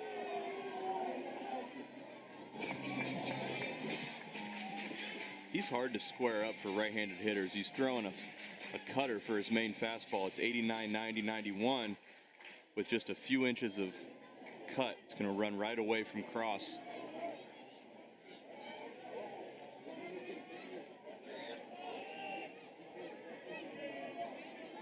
Cincinnati again trying to cash in. And Cross bounces it towards short. Willits doesn't have to play at second, so goes to first and still has the strength to get it there. Wanted to just touch second base and make it an easy play, but that wasn't there. But had the whereabouts to fire it over to first in time. Now Cincinnati again gets 2 on, but squanders an opportunity. These teams have aspirations for the NCAA tournament. Oklahoma is going to be in, Big 12 champion. Cincinnati, a little bit on the outside looking in right now. That RPI at 58. They have not helped their case with 2 losses against the Sooners to open up this series. Came into the weekend projected as a 3 seed. Now Cincinnati today would go a long way, and then a little noise in the Big 12 tournament would certainly solidify that case. Oklahoma, on the other hand, they're battling for not being in the tournament. They're battling for potentially a top 8 seed. Fouled off by Jason Walk, leadoff man for OU. And for Oklahoma, trying to cement their spot as a regional host, but even bigger aspirations than that. Currently RPI at 14. If you're one of those top 8 seeds, you would be hosting if you advance past the regional into the super regional, and that obviously carries a ton of weight.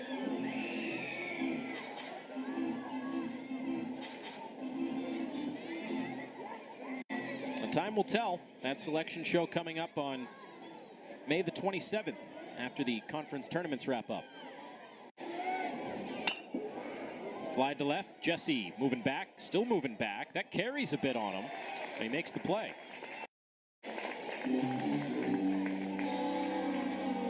Billy, you said it going to break after the second fly out for Walk in the second inning. He's hit the ball hard to right twice and put a shot into that one to left, and he's 0 for 3. I'm just telling you, all you can do as a hitter is just keep hitting the ball hard. Because once in a while, you know, you get jammed and you get a hit. You're the happiest man here in the stadium. So, you know, you got to take your lumps sometimes when you're striking the ball well. Yeah, you square it up and you line out and you're ticked off and you get a bloop single to right and you're the happiest guy on the face of the earth. Yes, you know, they always say hitters, I just want to hit the ball hard. Hit it hard about 5 times in a row and let them catch it, then get a bloop. And they'll tell you in a minute, hitting the ball hard is overrated. They're all line drives in the box score. Yes, sir, especially when you're getting hits. It's so hard to be process-oriented rather than results-oriented, but when you're lining out hard or when you're making good pitches and giving up bloops on the other side of that, no pitcher enjoys the feeling of giving up a 106-mile-an-hour line out or a warning track fly ball. So you'll live with that bloop single? As long as the run didn't score on it.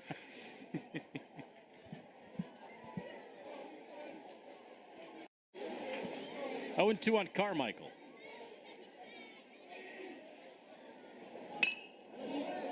Carmichael had the blast in the third inning, leadoff shot. Took a breaking ball out to right center.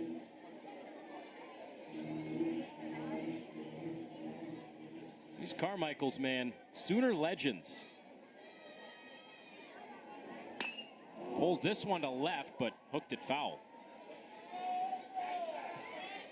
Carmichael's father played at OU. His brother, Braden, was an all-conference first-teamer in the Big 12 last year. Easton's already an all-conference freshman team selection and probably going to be a first-teamer this season. Chases that one in the dirt. Good pitch from Hughes. And Cross caps it off.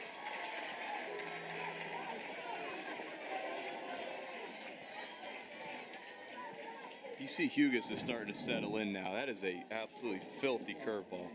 Just like you said, Billy started right over the middle of the plate, falls right off the table.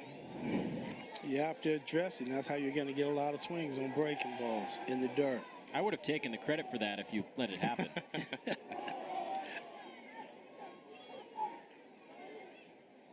I'm glad you know our names by now, end of the season. Barely. You'll forget it by next year. What are your names again? Zach's going to big time us by the time we roll around next season, Billy. Like you said, Billy, it's going to be a lot of, what's up, champion?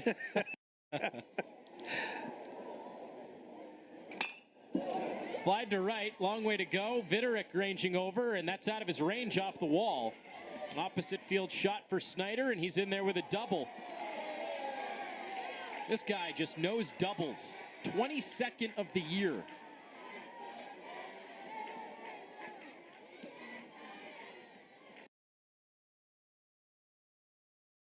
Team, they use the entire field to hit. He's hit the ball to left field. He's hit it to center. He lines one off the right field. It's tough pitching to a lineup like this that, you know, not pool-oriented or just trying to go one way. These kids can just flat out hit. Now Jordan Bischel out to the mound. And he'll make the move. 76 pitches today from Griffin Hughes. After coming into a unique situation after Brendan Garula lasted just one batter, he came into a tough spot and pitched well. And Christian Mitchell is on his way in. Geico can help cover cars, homes, motorcycles, and even accordions. Pretty liberating knowing Geico can help insure our car. And with our home insurance, your accordion, too. We're not the only ones out here taking advantage of Geico. Smoke him, Edna. Christian Mitchell is in for Cincinnati. He was the designated hitter in this game, so the Bearcats will forfeit that DH spot. Mitchell's been a two-way guy all season and has been very good both pitching and at the plate. 3.19 on the mound and 6 saves for this right-hander who was on the John Olerud two-way player of the year watch list. He has just been so consistent on both sides of the ball. On the mound lately, fantastic. Had a really tough outing at UCF at the end of April, and since then has not given up a run in his last 3 outings, all 3 of which he's gone 2 innings plus. Been looking like that Christian Mitchell on the mound from earlier in the season. They got the 2-inning scoreless save against BYU last time out on Friday, a week ago today. Followed Jordan Bischel from Central Michigan, all-conference second-teamer last year. Nice day for some baseball. The clouds have started to disperse. It's turned into a nice evening. You know, if this series didn't get moved around in anticipation of bad weather, it would have been bad weather. But in hindsight, this series probably could have been played as scheduled. Game last night, game today, and a game tomorrow. Well, anytime you can play baseball. We had a doubleheader yesterday. It was great. Now we're getting a beautiful day here today to play, so you can't ask for anything else. Gives these kids an extra day off before the conference tournament starts, so it works out best for everybody. Oh, I'm not complaining about it. I'm just saying if you didn't adjust the schedule, it would have poured all weekend. But because they did adjust the schedule, every single day now looks like you could have played as scheduled. Never fails.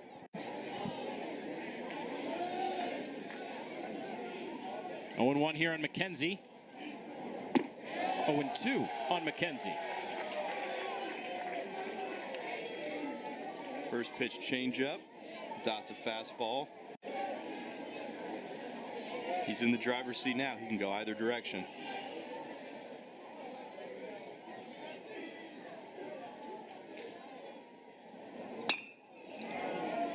Billy, I think you just like doubleheaders. You know, yesterday, besides take away the errors, there was a lot of offense in these games. It was. When you have a lot of things happening in a game, you enjoy it. It wasn't a lot of walks, a lot of hit batsmen. I mean, these guys were flat out hitting yesterday. Those are the type of games you like to see. And 9 unearned runs. Cincinnati's defense collapsed. To Billy's point, those 9 unearned runs, I think, happened over the course of, 3 innings? Yes. It's not like it was over all 18 innings they were kicking it around. Yeah, it was the 6th and 7th inning in game 1 and then the 1st inning in game 2. For a team that was so good defensively all year. Just fell off the wagon yesterday. It was 15 innings of really competitive, clean baseball. Those 3 innings just proved to be the difference. You see, They were kicking it around. it was the 6th and 7th inning in Game 1, and then the 1st inning in Game 2. For a team that was so good defensively all year, just fell off the wagon yesterday. It was 15 innings of really competitive, clean baseball. Those 3 innings just proved to be the difference. You see it right there in Game 2 especially. 12 runs allowed, only 5 earned runs. 7 unearned in the 1st inning. A game that Cincinnati got lost by 4 in the end.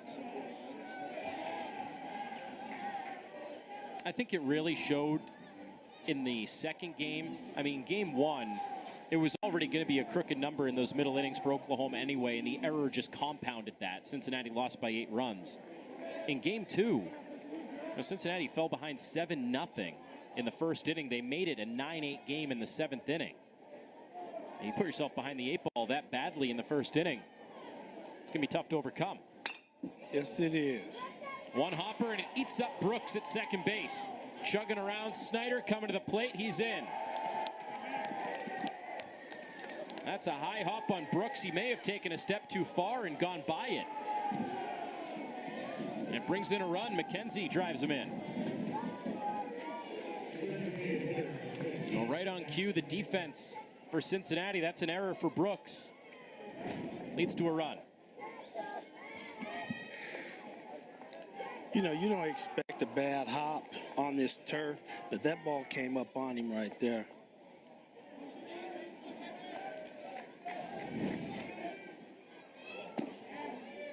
We're just talking about the defense. That is the 5th error committed by Cincinnati over the course of these 3 games.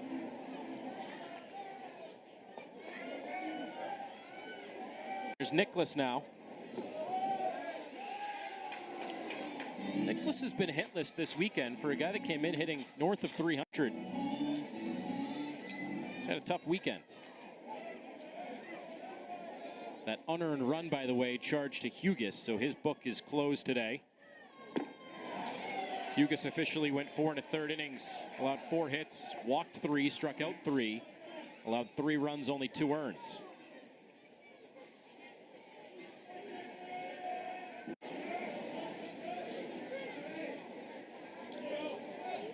Two-one.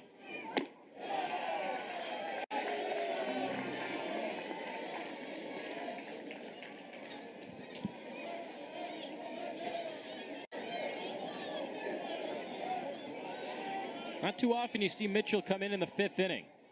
Usually a back-end arm. Not surprised we're seeing him today after not seeing him in either game yesterday. Just not the usual spot for him. Jordan Bischel knows that this game is very, very important for their chances moving forward, seeding, at-large purposes, and you got to put your high-leverage arm in a high-leverage spot. They got to keep this game right here.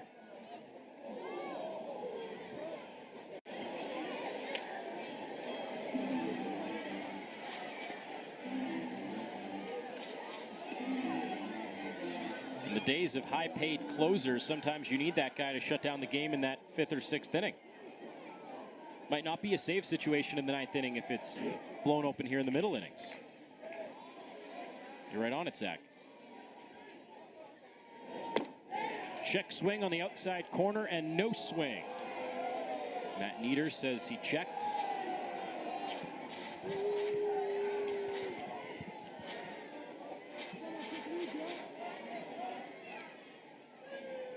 Well, the error at second has extended this inning. And the good at bat from Nicholas has done it as well. Runner gets the head start, and it's pulled over to first. O'Connor's been busy today. He's handled it well. Oklahoma gets an unearned run to make it 3-0. To do some dancing, working our way back from a rain delay here in Cincinnati. Gotta lighten it up. Gotta lighten the mood. That's by 90, baby. Looks like they got into the Cinco de Mayo tequila. We like to have some fun here in the Queen City. Guys, it's been an absolute blast. Jordan Bartow, I mean, a number of guys and gals behind the scenes that do so much, and tip of the cap to them as well. And you're the the real heart and soul of this crew. Billy, Zach, and I are the ones you see on camera, but we couldn't do anything without the tech support of Tim Hudson and all the people behind the scenes, producers, directors, graphics, audio, camera operators. So much more than just us three stooges up here in the booth. No doubt about that. We're just the court jesters. Just the eye candy, if that's what you want to call it. All right, big league hair. Hey, when you got big league hair, you got to be the eye candy. We got big league hair, we got big leaguer with no hair, and we have former mustache over there early in the season. You've ditched the mustache late in the year. I have. That was a strategic decision. No further questions. Your girlfriend made you shave it? That's exactly what happened. That's exactly what happened. He's going to try to tell us he's dead. That's exactly what happened. That's what happened to yours, Billy. We weren't allowed to show you with the mustache at all because Karen made you shave it off. Yes, she did.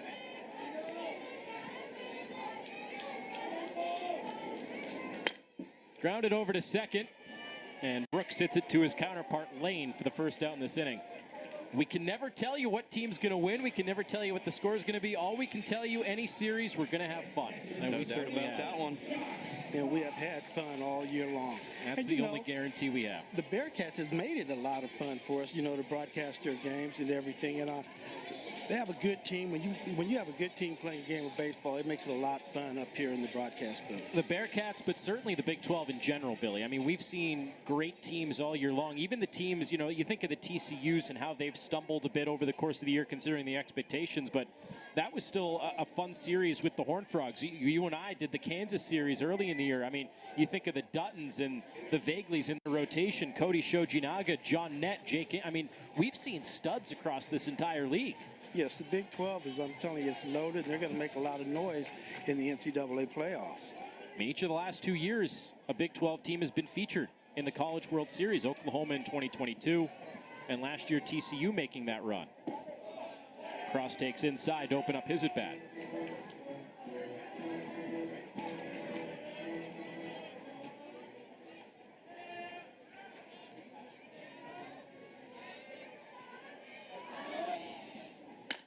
Smashed left center field. Cross tags this. Back towards the wall again, and it one-hops it. Josh Cross with another charge and another extra base hit.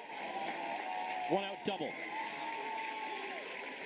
He just shows you how strong he really is. He just took that ball and it looked like he flipped it out there. And he hit that ball so hard. This kid can just flat out hit.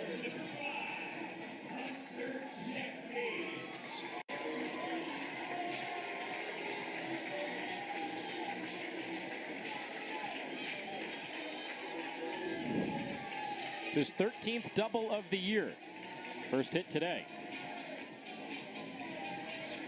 Hunter Jesse just got a big round of applause. Home crowd supporting Hunter Jesse, who's a local kid, spent 4 years at Indiana University. Came back home for his graduate year, that COVID year, if you will. And if you're just joining us, he had a bat infraction a couple innings ago, and his single would have tied the game and scored 2 runs. He grounds out on the first pitch here. It's been a weird game. And Jesse's been right at the center of it.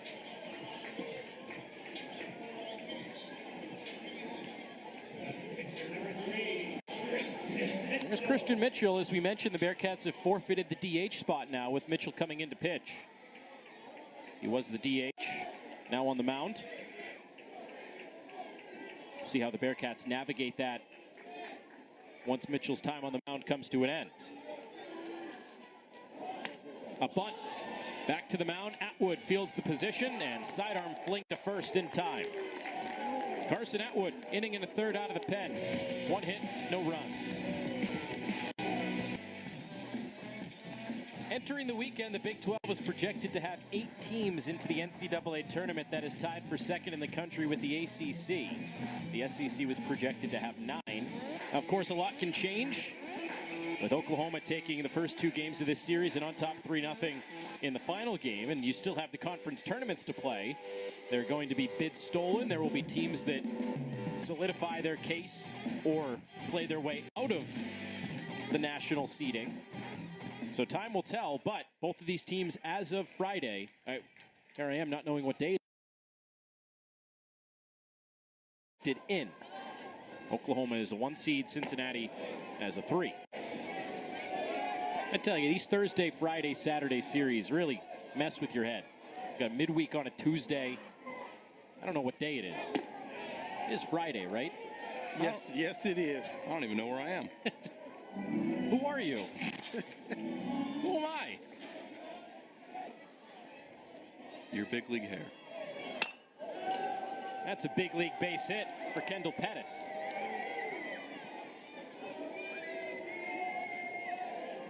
Just a little short stroke, hit the ball right back up the middle. You have a guy that can run, leading off an inning, on base, it's going to cause you problems.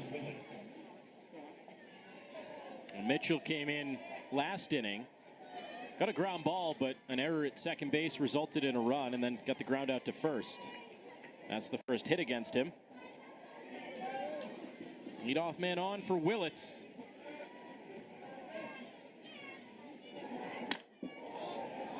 Of all the guys in this Oklahoma lineup, and there are a lot of them, with 300 batting averages, gaudy home run numbers.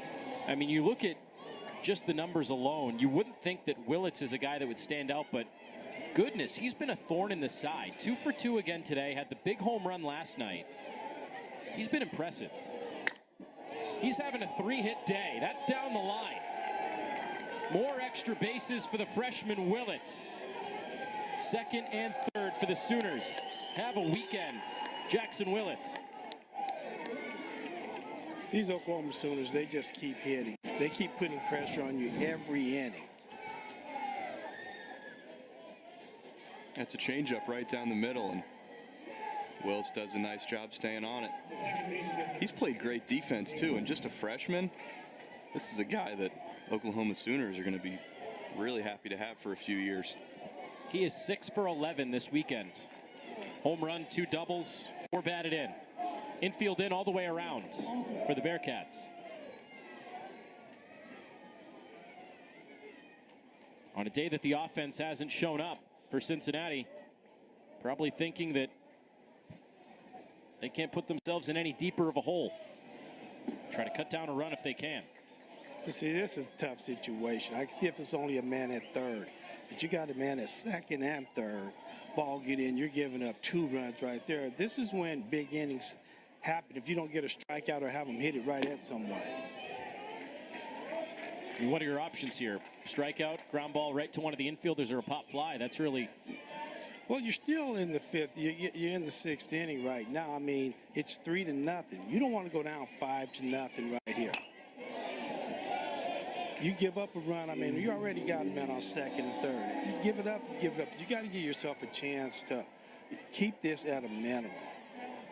But it must change the thinking a little bit when you have no runs and your offense hasn't really produced much. What he's doing right, but I'm just saying, you're opening up a can of worms right here if you don't get this first out.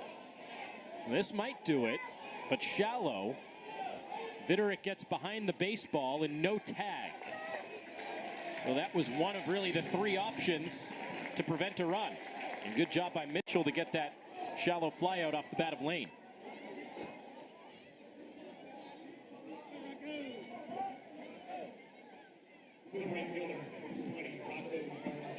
So Mitchell 1/3 of the way there of getting out of this threat. Infield will stay in.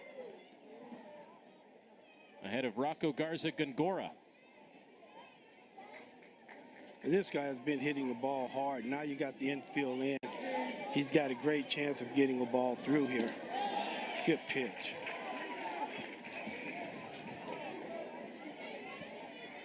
So now the infield is in, and they have Garza-Gongora shifted to pull.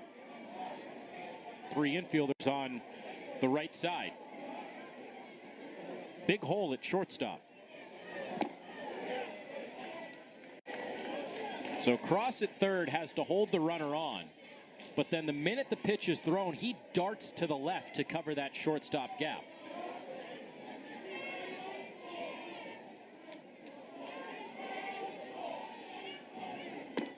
So even that, Billy, is a bit unconventional. Usually you take that 1-2 kind of hop in to prepare yourself as an infielder. Now you're darting in one direction. What if the ball's hit down the line? You have no chance. You're just in trouble. It's a tough situation for the Bearcats to be in right now.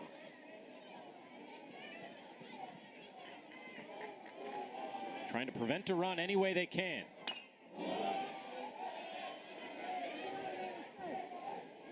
I'm sure as a pitcher, Zach, you feel that a lot of this falls on your shoulders. You feel like a man on a lonely island right now. That's the name of the game as a pitcher, and Christian Mitchell, he's a bulldog out there. He's not going to give in easily.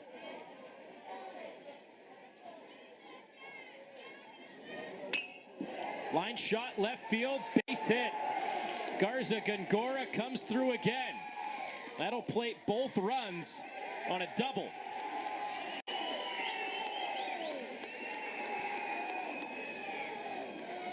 Two-strike hitting. They've been doing it the whole series. That's why this team is the #1 team in the Big 12 and ranked highly in the NCAA bracket also.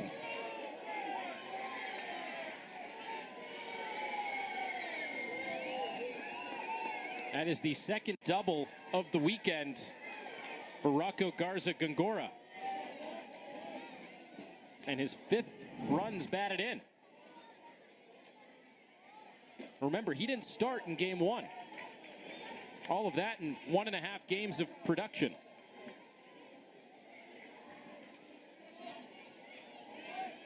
He's been so impressive. The fact that he had limited at-bats coming into this series and to hit the way he's hit. Everybody's hitting. It's a hit parade for the Sooners. Walk with the hit, and a bobble in the outfield puts him at second. That'll likely be a hit and then an error to get him to second base, but nonetheless an RBI hit for Jason Walk to make it 6-0.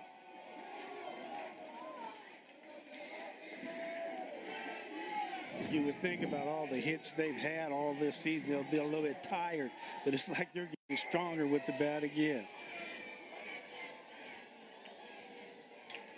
Now you see it, that bobble from Vitterick. And Walk with his speed got to set for Mitchell. A rare off outing, especially here in this 6th inning. He departs. And a new pitcher coming in for Cincinnati, just trying to find somebody to slow this Oklahoma offense down. Geico covers dead batteries with their easy app and 24/7 help. You've reached the dead end, monster! No kidding. Dead batteries are the worst. But no worries. Geico gives me even more coverage and 24/7 help. See? Wait a second. You're not Frankenstein's monster. No, that's his cousin. Game against UConn, win an inning. Walked the first man he faced, struck out the next 3. And he's been pitching a little bit more lately. And if he can channel that from UConn the other day in a game that didn't count, he'll help Cincinnati get out of this 6th inning. Like you said, in that UConn game that ended up getting rained out, walked the first guy and then went 3-0 to the next batter. Looked really shaky and then battled back, struck out the side. So that should be a shot of confidence for Michael Conti. And just a few days later, see if he can continue that. The Bearcats need him in a big way right now. Conti's been pretty good out of the pen lately. Pitched a scoreless inning against BYU a week ago. Season high 3 1/3 innings scoreless against Eastern Kentucky.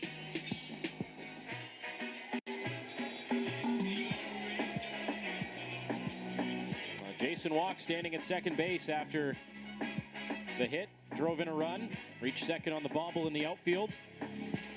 OU has scored 3 runs this inning and counting.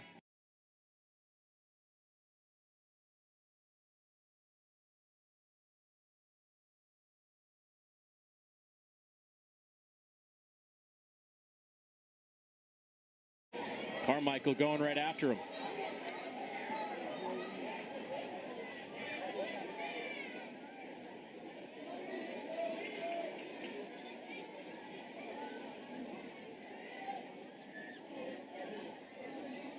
Carmichael a home run back in the 3rd inning. His 6th of the year.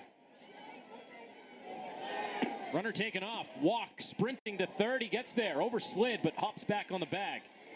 And a swipe for the speedy Jason Walk.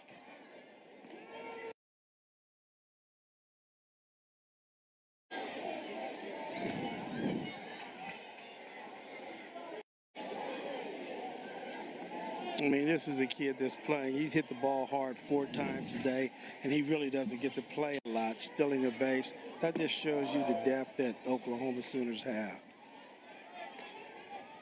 And Walk entering today just 27 starts, about half the games. But when he's been in there, he has been very good, especially this series against Cincinnati. Infield in again.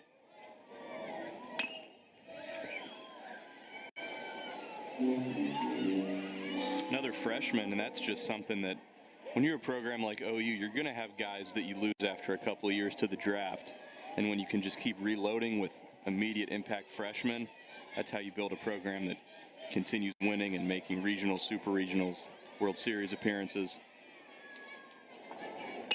I mean, just in the lineup today, Walk, freshman, Lane, freshman, Willits, freshman. Carmichael's just a sophomore. And he was an impact freshman last year on an NCAA tournament team.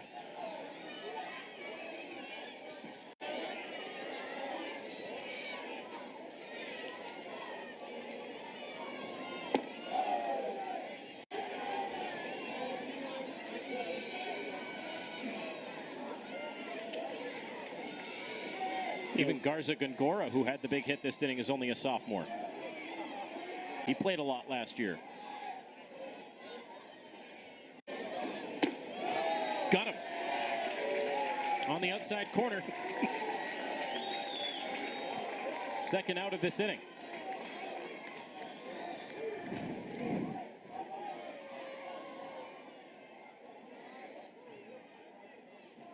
Conti ran that 2-seam fastball, started it out, ended just off the plate.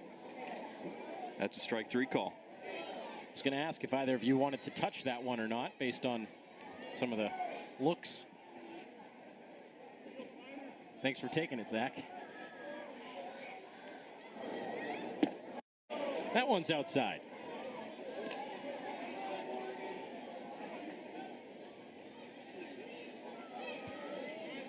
You got to love the college strike zone sometimes.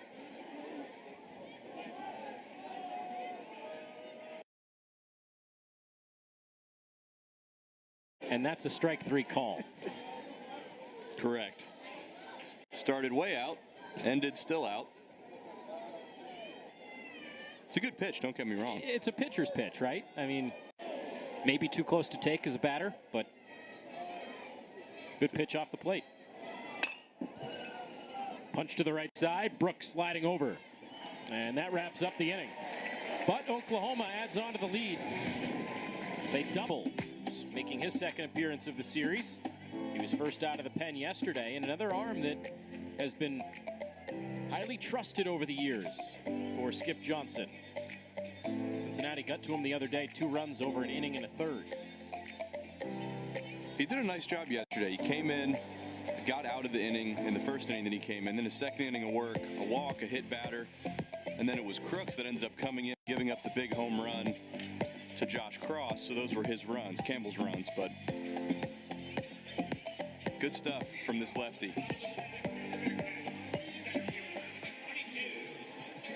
It's become a bullpen day for Skip. 4th arm out of the pen.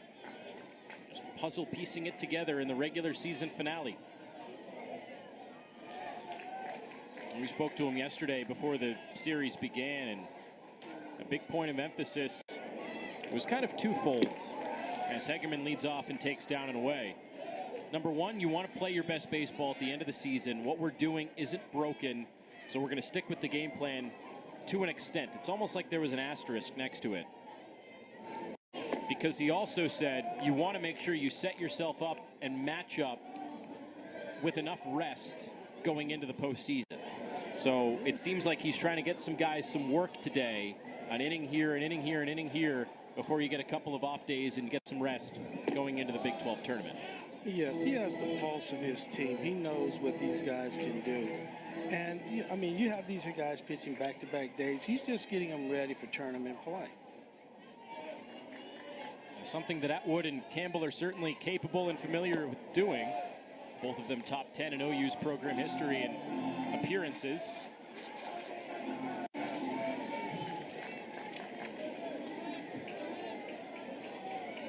Campbell top 3.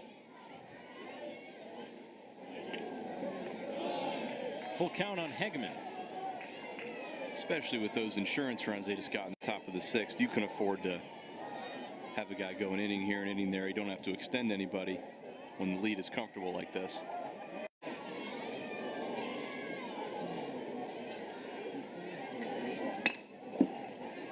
That ball eats it. McKenzie knocks it down and eats it. With Hegeman's speed, once there was a bobble, there was no shot.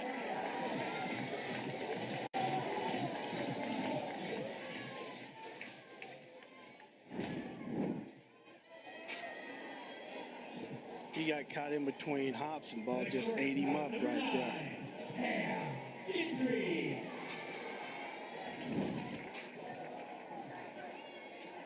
Hasn't been scored yet, but a likely error by Anthony McKenzie at third base.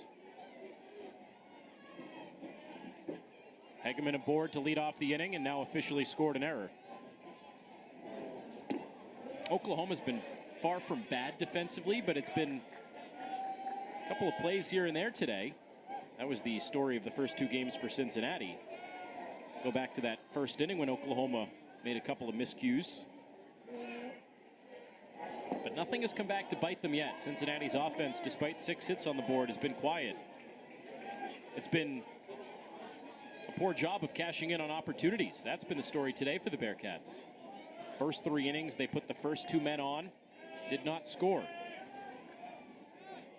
2 men on in the 4th inning, did not score. Double with 1 out last inning, did not score.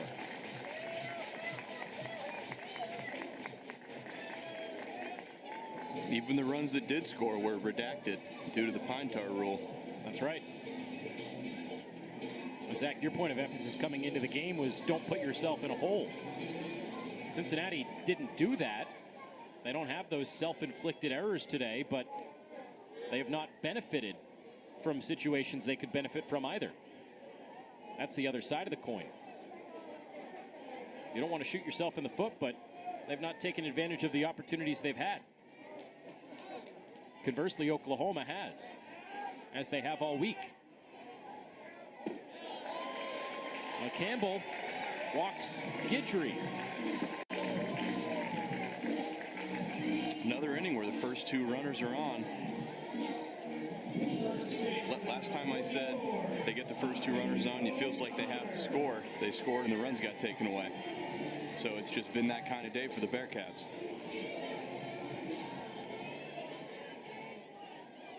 And now more than ever, especially down 6 runs in the middle innings, this feels like a must-score scenario.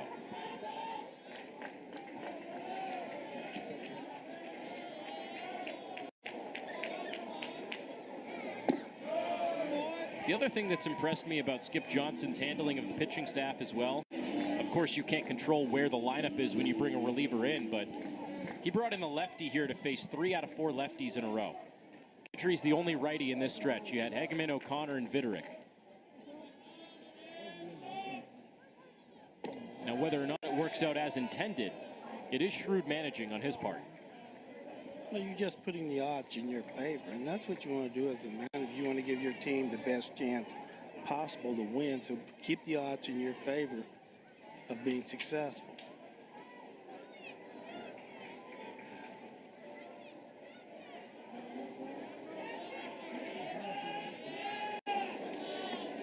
A 1-1.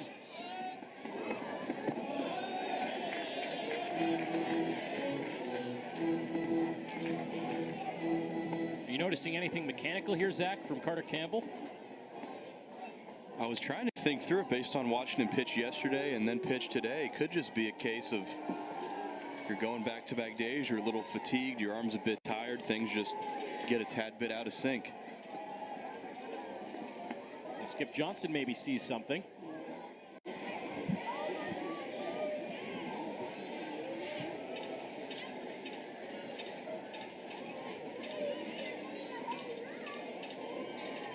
I mean, he pretty much did the same thing yesterday, except for that 1 inning. I mean, he came in walking people. You have to throw strikes. You're up 6-0. You know, your third baseman made an error. You got to forget about that. Get another ground ball. Let your defense help you. Yesterday, came in, allowed the hit, fly out, and then the double play. Came out for the 7th inning. Strikeout, walk, and then as you mentioned, Zach, that was the home run. I'm sorry, hit by pitch, strikeout, walk, and then the home run. It was really that 2nd inning yesterday where he ran into the most trouble.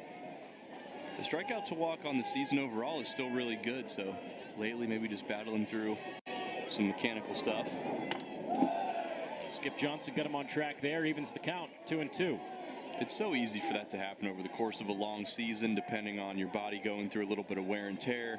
You're a little sore, and the body's amazing. Your body starts compensating to try to protect itself, so you could be dropping your arm 2 inches on the arm slot. You could be just moving a little bit differently. It makes all the difference. And that's what a good pitching coach, and especially a good veteran pitcher, is able to recognize that in himself. You got to be your own best pitching coach, be able to make those small in-game adjustments. Go to school for baseball and you come out of it with a degree in human biology. A little bit. I know all the parts of the shoulder, and it's never for a good reason. It's because they were sore at one point or another. That's to the right side, a base hit. O'Connor punches one through, and that'll score Cincinnati's first run. Tommy O'Connor with the RBI single.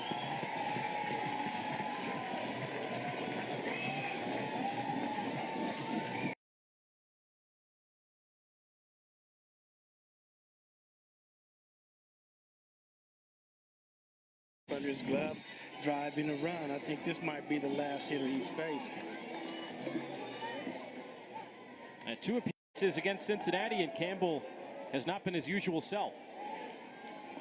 That's it for the lefty. Doesn't record an out in this 6th inning. He's smelling some blood in the water here. Still down 5, but threatening for more.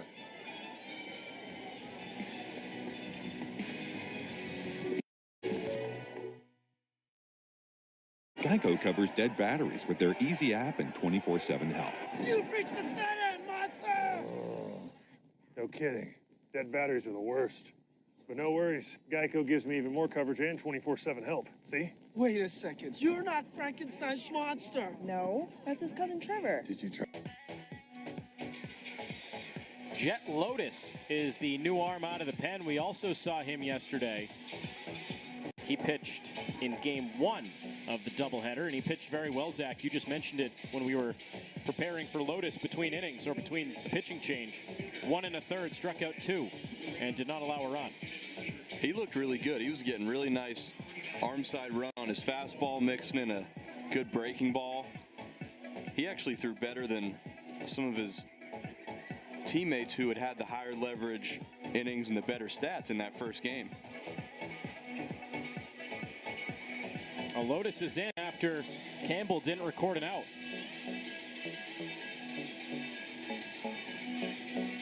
And 1st and 3rd for Cincinnati. Guidry at 3rd, O'Connor at 1st. He knocked in the run with the single. And now Vitterick bats. It's representing a big inning here for the Bearcats. Needs to make this within arm's reach again.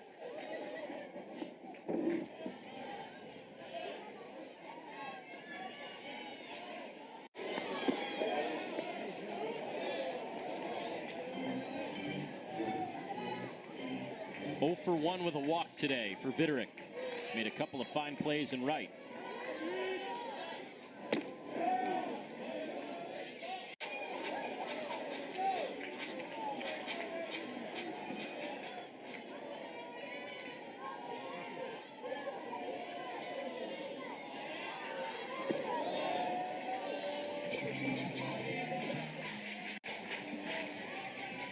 Oklahoma won the first 2 games of this series. Jumped out to the 6-0 lead today. Bearcats trying to salvage it.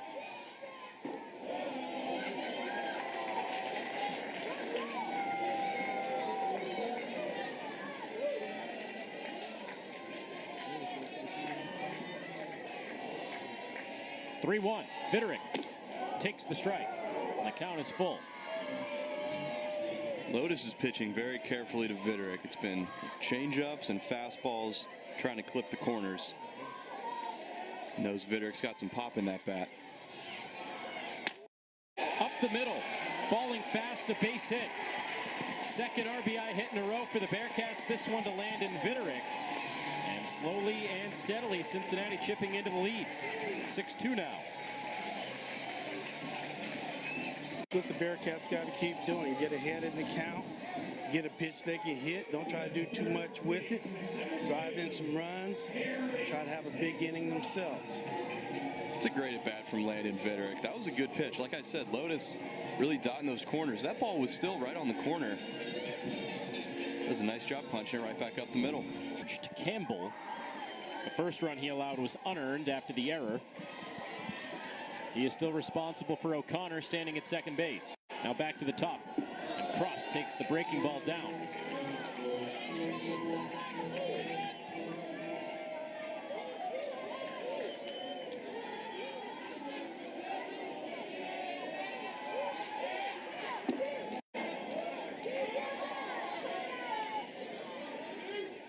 You mentioned it at the beginning of the broadcast, Zach, how Cincinnati is a team that has prided itself on late momentum, coming from behind, never quitting. This feels like it could be one of their better opportunities to mount the comeback. It's felt that way a few times this weekend, and each opportunity so far, the Sooners have put a quick stop to it. That's what's made them so impressive, Billy. You've talked about it. Every time Cincinnati gets within that run or two, it's that big 2 or 3 run inning the next time Oklahoma's at the plate. They just keep adding on. You know, you get a lead, that's one thing you want to do. You want to just keep adding runs on, because the other team's going to, sooner or later, they're going to score some runs. Line drive to right, and that's a base hit. That's the third knock in a row for the Bearcats, and it loads the bases.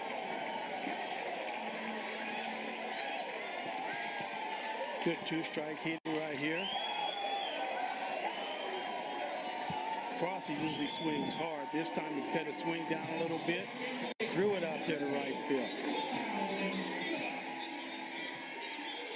So now the tying run is at the plate for Cincinnati. Lotus has come in and done a pretty good job executing pitches. That slider was a good 2-3 balls off the plate. Cross just great job of hitting. You got to tip your cap. He took it right that way. Cut his swing down like you said, Billy. Second hit of the day for Carrington Cross. He's been on 3 times. Bases all loaded up for Loudon Brooks, who's had a breakthrough game in this series. Brooks, after struggling to the tune of 1 for 8 with 6 strikeouts in the first 2 games, is 2 for 3 today.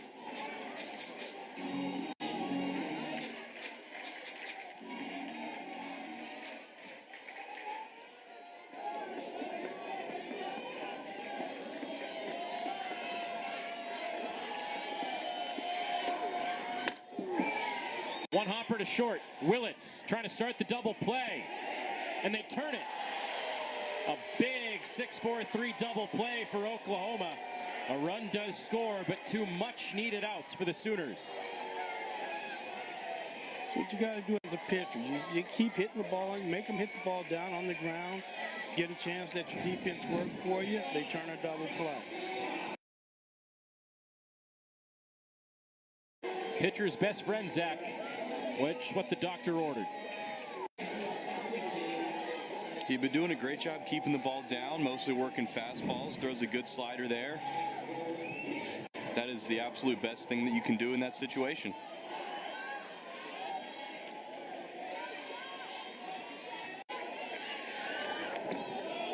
Good catch behind the plate from Carmichael. Slid off the screen to make the grab. That breaking ball missed badly from Lotus, but he's 1 out away from getting out of this threat. That run charged to Campbell. His final line is official. No outs recorded, 3 runs, 2 earned. 1 hit and a walk.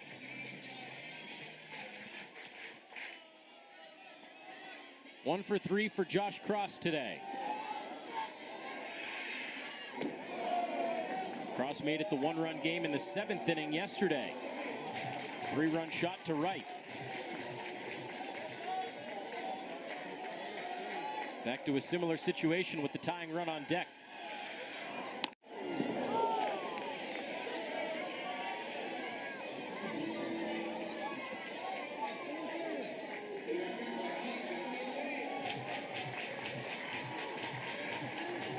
Cincinnati is down but never out.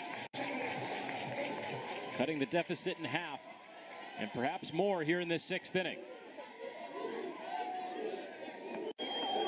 2-2 pitch, cross. Trying to punch it through that vacant left side, scooped up by McKenzie, and he ends the inning. Cincinnati does get 3 runs. And it's back to a 3. It's been a long time in that dugout for Michael Conti. A 3-run bottom of the 6th inning for the Bearcats to get back within arm's reach. There's a game summary as we enter the final third of this game. Rocco Garza. Snyder with the big hit. Another double, his 22nd of the year. Carmichael the home run. For Cincinnati, Brendan Garula certainly wishing him the best. Left after just 1 batter due to an injury. Griffin Hughes came in and did an admirable job. And most recently, Cincinnati getting some runs with hits from Vitterick and O'Connor in the bottom of the 6th. 2 errors today for Cincinnati, 1 for Oklahoma. This becomes a big-time spot for Michael Conti. He has not gotten a ton of high-leverage situations this year. He came in down 6 runs, did a nice job. Now they're mounting this comeback. We're going to see how he does in a bit of a higher leverage spot. Off to a great start, 1 pitch, 1 out. And can't draw it up any better than that. Ground ball right to Guidry at short. Question I would have had, if you're Cincinnati, you certainly hope that rally continues last inning. You got a good inning from Conti last inning when he came in relief of Christian Mitchell. Mitchell was up in 2 batters. Bearcats forfeited that DH spot. Would you have kept Conti in, or would you have had to go for the pinch hitter, bring in a new arm? I think you would have had to pinch hit. Conti, I don't believe, is a guy that has hit since probably his time at Walnut Hills High School. Like most pitchers, I'm sure he would contest, oh, give me an AB, I would do something cool, but I think you pinch hit. It's like that guy at LSU a couple of years ago. I think his name was Todd Peterson. Yes. Lied to his coach that he had taken some at-bats in high school, comes up and hits a home run, and then in the post-game press conference, he says, yeah, coach, I'm going to be honest with you, I haven't swung a bat since high school. They let me hit BP every now and then, but not in game action. Legendary clip. I think he's still in pro ball. Washington Nationals.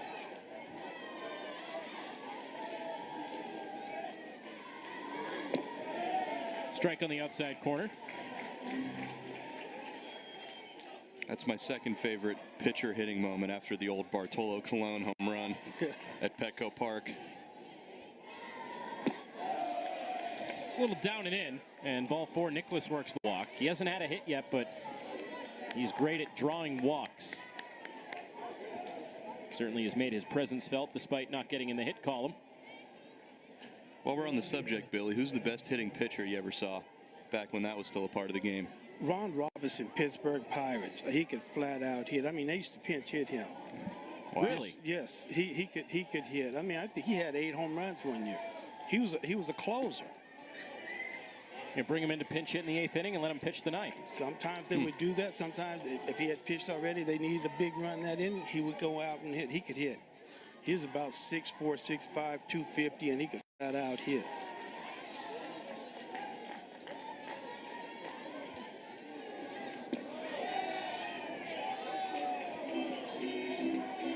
Missed a little bit low there to Pettis, 1-1. And a good day for the left fielder for the Sooners. 1 for 2, a single, walk, 2 runs scored.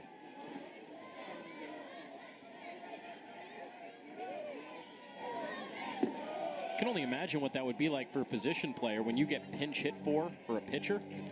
You know, Miami Marlins, Dontrell Willis used to pinch hit a lot too. He could flat out hit.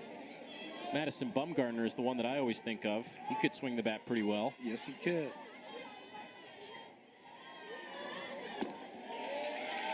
Got tied up there on that swing, 2-2. That's where Conti's got to live. He gets such good arm side run on that fastball. He's dropped his arm slot down. He did not throw from this low in years past. Dropped down the slot, sacrifice a little bit of velocity for some arm side run. That's a great pitch. Got him. No contest from Pettis. He knew it. Second strikeout for Michael Conti since coming in. This is good to see from Michael Conti. This is a guy where the stuff has been there. It just hasn't necessarily been, it's been confidence. Hasn't pitched in a ton of high leverage spots. That's a nasty pitch. Started that one off the plate, backdoored it for a strikeout looking. This is the time of year when you need to get all your bullpen firing on all cylinders. He could be a good piece for this Bearcats team in tournament time. Especially now, we don't know the extent of that Brendan Garula injury, but that could be a big piece that's missing. Could be a day, it could be a month, it could be a year. Who knows? Certainly hoping the best for Brendan Garula, but you don't know if you're Cincinnati what the bullpen shape is going to be down the stretch. So having guys like Conti now step up, that much more important. It always seems to happen this way, right? Towards the end of the year, a situation emerges where a guy who hasn't pitched much kind of becomes a hero down the stretch, and that's why you just keep working hard all year. Well, Willits has been putting in work this series, but hooked that one just a little bit foul. He's been all over it.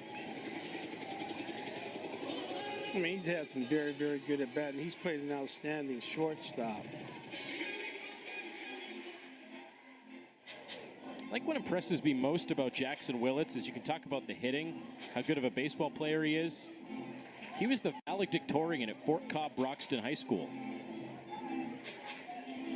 Smart kid. Wow. What's he majoring in, pre-med? That I don't know.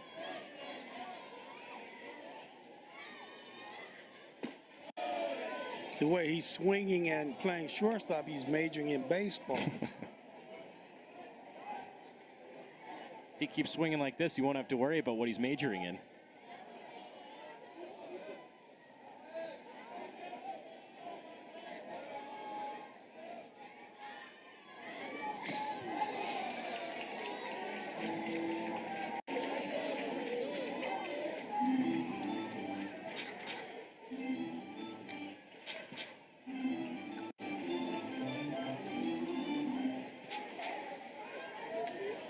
Two and two here on the freshman Willits.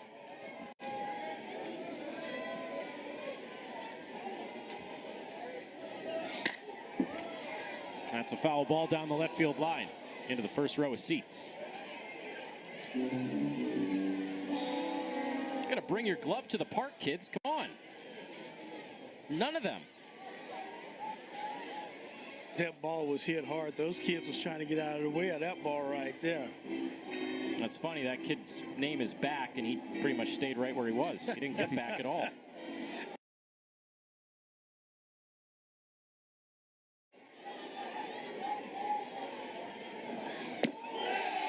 Got him. Michael Conti. Couple of backwards Ks in the seventh inning. Only down 6-3. Michael Conti with a good seventh inning. Kept Oklahoma off the board. And Billy, now that's one of those chances when your offense gave you some runs, pitcher held the score. Now it's the offense's job, right, to come back and try to compound that inning. Come back there, try to get some guys on base, and try to do what you did last inning. It's the middle part of the order. Bouncer over to third. Kenzie makes the play.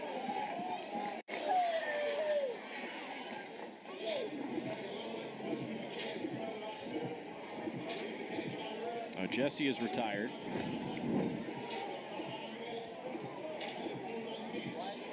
Bang, bang play over there. Jesse legged it up.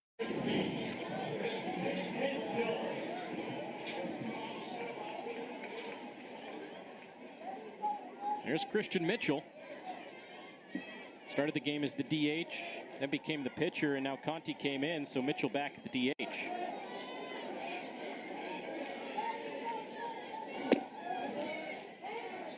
I misspoke. I would have thought for sure that once Mitchell came in as the pitcher, they would have forfeited the DH spot, but he can stay in there.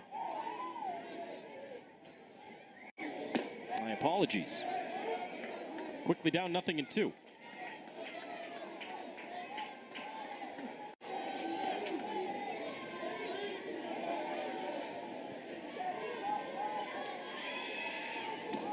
I think Mitchell thought that Lotus was quick pitching him a little bit. When you're in the box, you've got to be ready to hit because a lot of pitchers will quick pitch you. He is working quickly and he's working effectively. 2 up and 2 down here in the 7th inning. He's going right at guys, setting them up with fastballs and then dropping that slider with 2 strikes. He's looked very good all weekend in both of his appearances.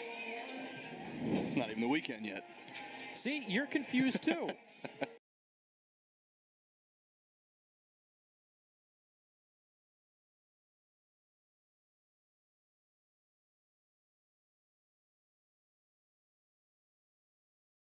And fingers and everything to count. You should just know what day it is, whether you can golf or not. It's Monday through Friday, Billy golfs. Tomorrow, Saturday, you're not golfing. Well, when it rains, it messes up my days and my there you timing, go. so then I... By Pettis, he had room. That's the final out. 1, 2, 3 for Lotus in the 7th. Well, the Oklahoma Sooners are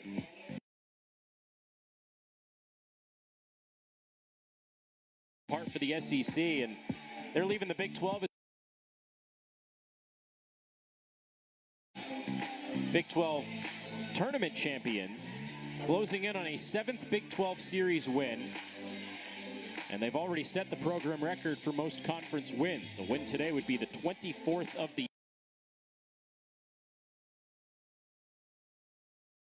close.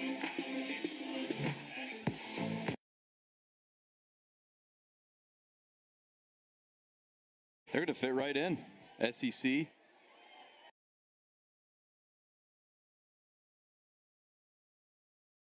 In the Big 12. I mean,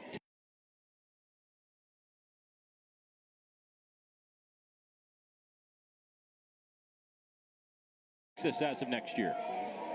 Loaded.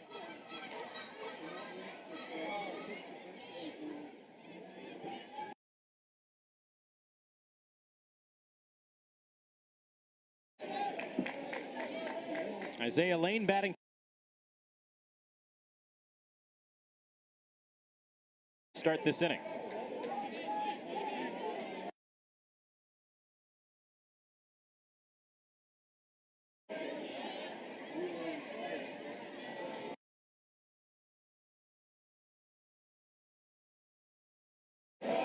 Almost just struck out Lane there.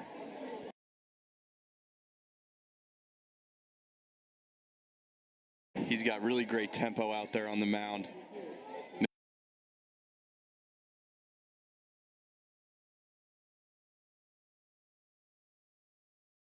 That's all it takes as a pitcher. Good outing or two. It's just trusting that you have the ability to do it. Once you do it once.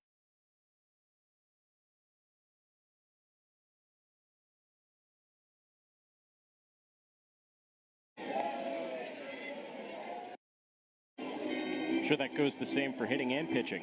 A couple of good at-bats in a row, a couple of good outings in a row. Start to feel pretty good about yourself. Conti's feeling pretty good right now. Until that blue pit.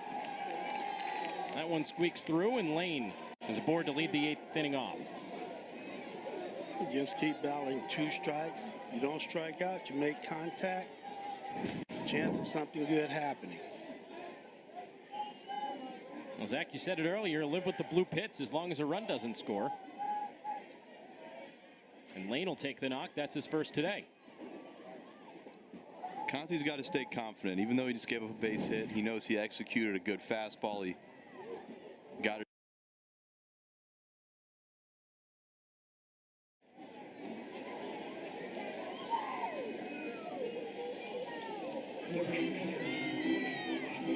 Well, an offensive timeout called here. Or as Billy would maybe call it, a stop play for strategy.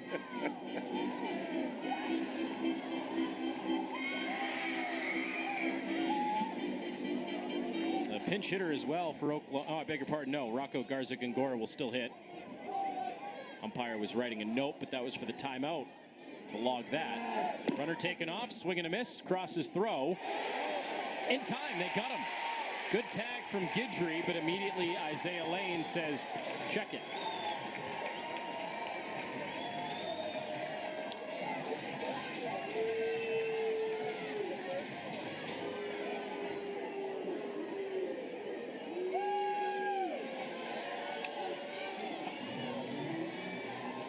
Why do the umpires have to come together if they've already told you to check it? Why do they have to meet and then they break off and come in and check it? Just to waste a little more time.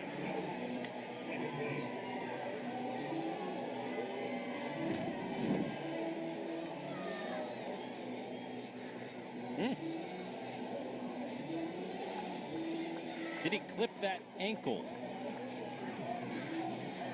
I mean, that front foot never touched the bag. The front foot somehow ended up to the right side of the bag. But the tag didn't come up until that knee and thigh area. It looked like that one could be overturned. I had a feeling once Skip Johnson called that offensive timeout that Oklahoma was going to do something. Try to get some breathing room before the 8th and 9th innings. He got a great jump. Josh Cross, as much as we talk about his offense, I don't think he gets enough credit for his defense behind the dish. He's done a solid job when called upon. I think this is the best angle. They confirm the call.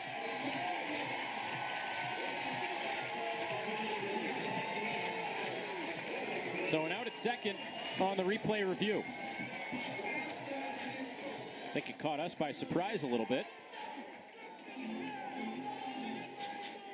Maybe perhaps not enough to overturn the call on the field, which was out. So a caught stealing for Josh Cross. It's the first out in the 8th. And it spoils Oklahoma's plan.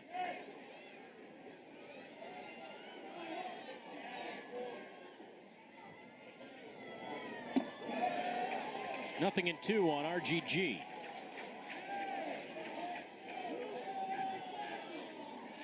Michael Conti's got it working. He's struggled with command at times this season, and he just dropped in a beautiful changeup.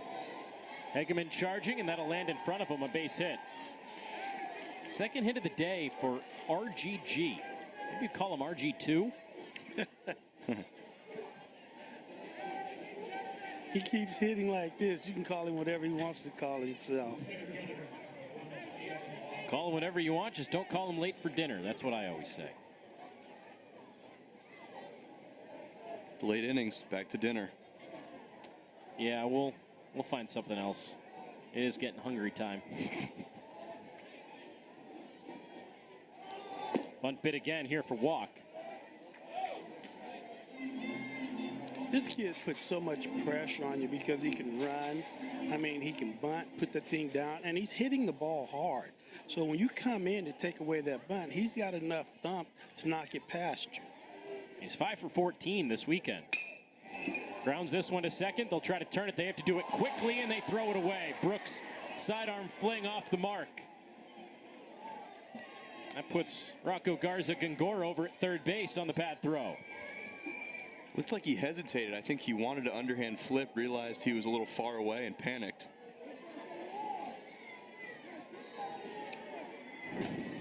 See the little hesitation?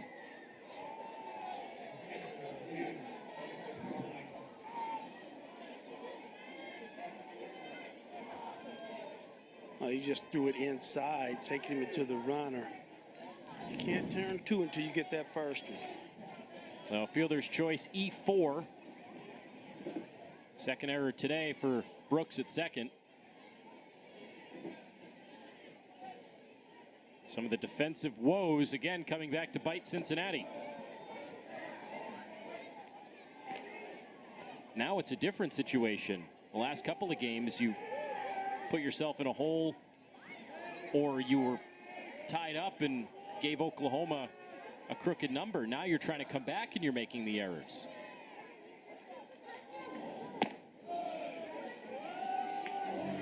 Conti's got to stay confident here. The way he pitches with that sinker, he's still one pitch away from getting out of this inning. Little double play up the middle. 2 blue pits and an air behind you.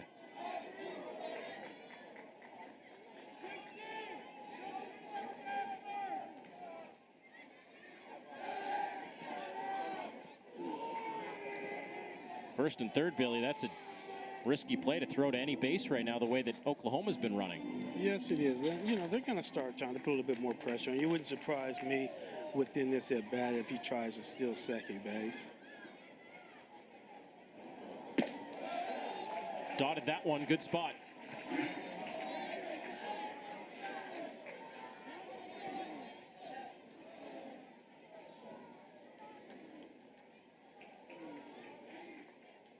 Two and one here on Carmichael.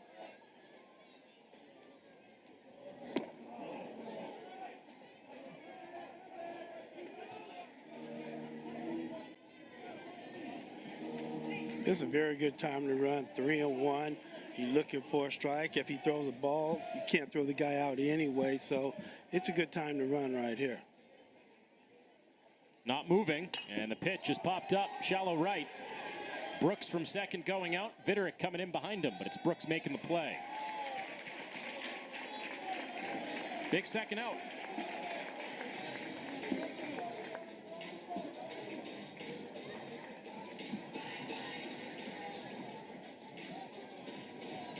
Well, Michael Conti, despite, as you mentioned, Zach, a bloop hit, an error, pitched very well.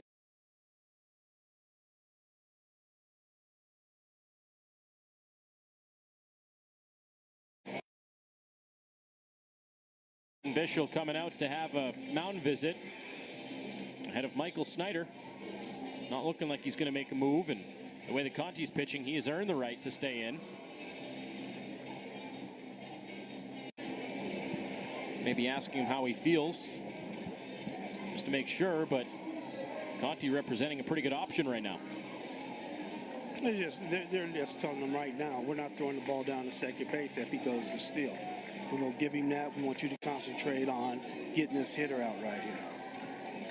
Double-barreled action getting loose. Will Murphy was the right-hander getting loose. Alex Shea also. Shea the lefty.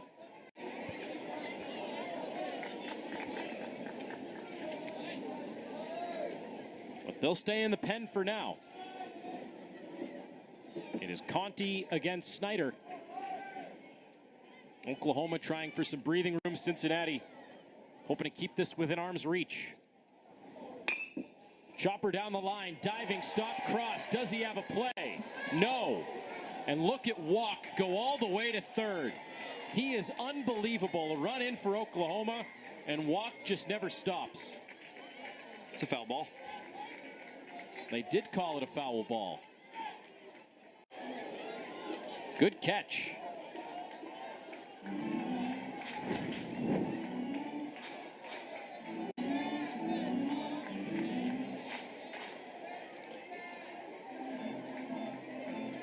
It was kind of a late call by the umpire down the third baseline. Matt Nieder pointed at foul and then didn't throw the hands up right away. Oklahoma just kept going.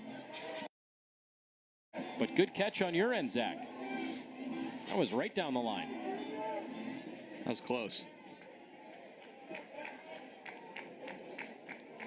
Had me fooled. Had Oklahoma fooled. Bearcats catch a break.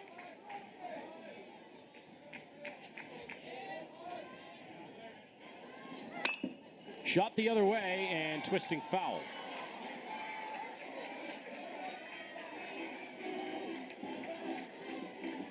Conti's doing a really nice job starting that fastball middle, letting it run in on the hands.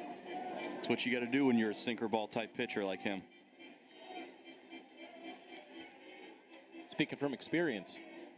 Absolutely. His arsenal very similar to the way I would pitch, and if you're not able to get the fastball in when it's 88, 89, leave it out over the plate. That's when bad things happen. But to his credit, done a very nice job locating it.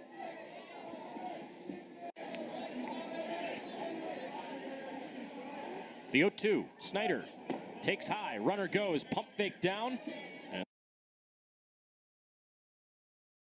And Cross just ate it with Rocco Garza-Gongora at third base. So now two in scoring position with two outs.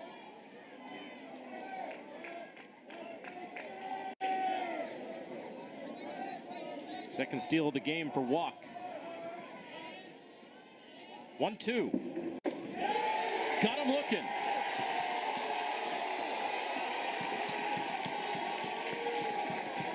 What an outing. Great smiles, great waves, great work, everybody. Thank you so much. Best in the business. Couldn't do it without you. Literally and metaphorically.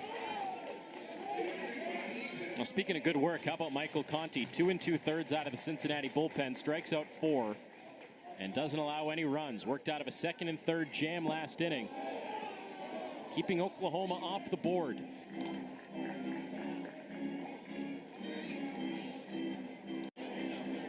Cincinnati still has a chance.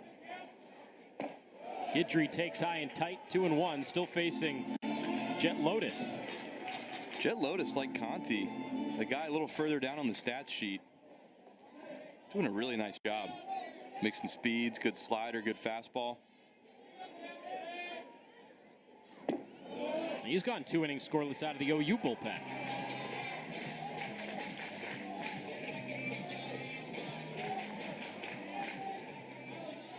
Cincinnati has notoriously this season come back late in games. Think back to last weekend against BYU. Took it to their closer. Come from behind win. Off the hands, out of play. What makes a team good, Billy, late in games to come back? Is there a special trait that some of those teams always have? Well, they just never give up. You know, you feel as long as you have innings to play, you have outs, you always have a chance. So that's what the Bearcats do. They just, until the game's over, they always think they have a chance to win it.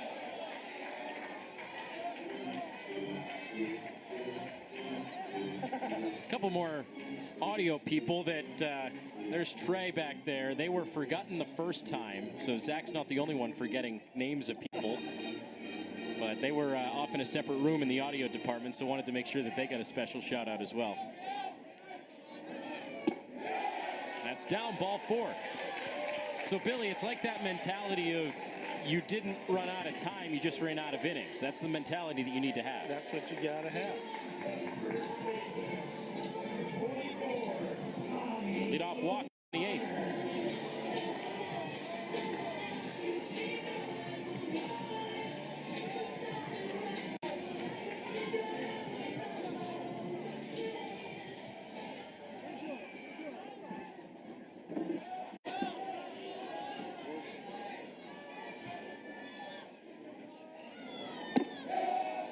Called strike 1 on Tommy O'Connor.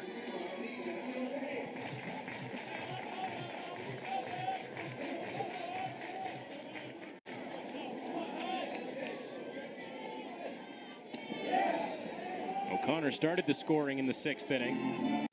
RBI hit. First of 3 hits in a row for Cincinnati.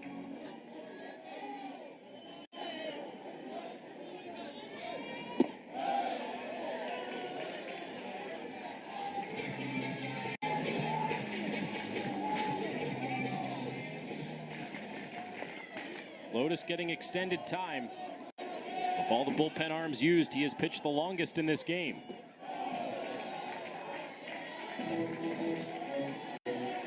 Oklahoma has used 6 pitchers, including the starter tonight. There's more action in the pen. That's Lambert getting loose. Saw him yesterday in game 2. Watch out.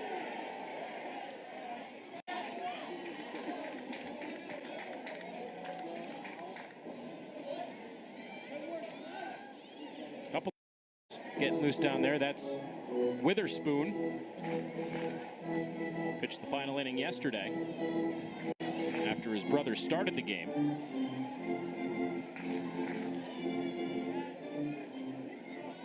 Oklahoma going to the trusty arms. Trying to earn the sweep. O'Connor right now, Billy, showing one heck of an eye. He is just spitting on those breaking balls outside. Yes, he is. They have more trust in the umpires than I would.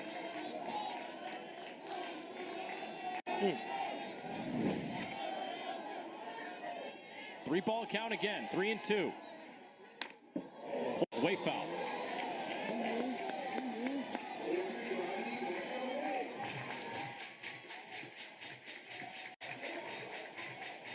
Where do you go on the 3-2, Zach? Seems like O'Connor's just going to sit back on that slider and keep trying to foul it off. I imagine he's going to try to buzz him in with a fastball. It's a dangerous game with O'Connor, though. And a fastball misses outside, couldn't get it in. 2 walks in a row to open up the 8th inning. That brings the tying run to the plate.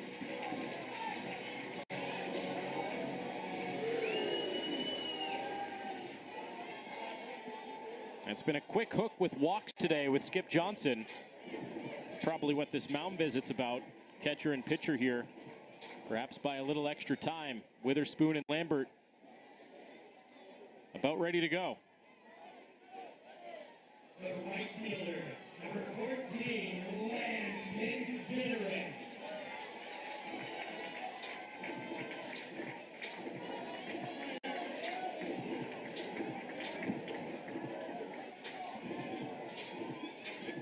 Oklahoma buying some time here.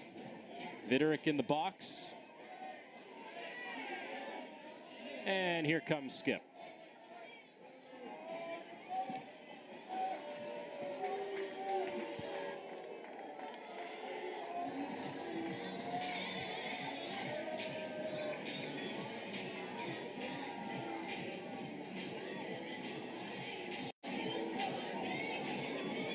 This seemed pretty predictable. Buy some time, let the reliever get an extra pitch or two, and in comes Lambert. Nobody out in the 8th. Geico can help when you're locked out with their easy app and 24/7 help. Dad, you don't have to make this so tough on yourself. Geico can help us get into our locked car. See? Yeah, but where's the fun of that? Maybe I'm just nostalgic for the good old days.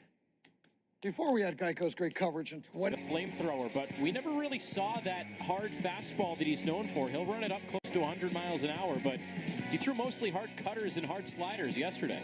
He was trying to keep it away from the middle of the plate with these fastballs. He came in the middle of the 8th inning, ended up striking out Landon Vittering and then getting Carrington Cross to pop out, did his job, and then Malachi Witherspoon ended up closing it out. So just 2/3 of an inning. He should feel well rested here for his second outing in just about 24 hours.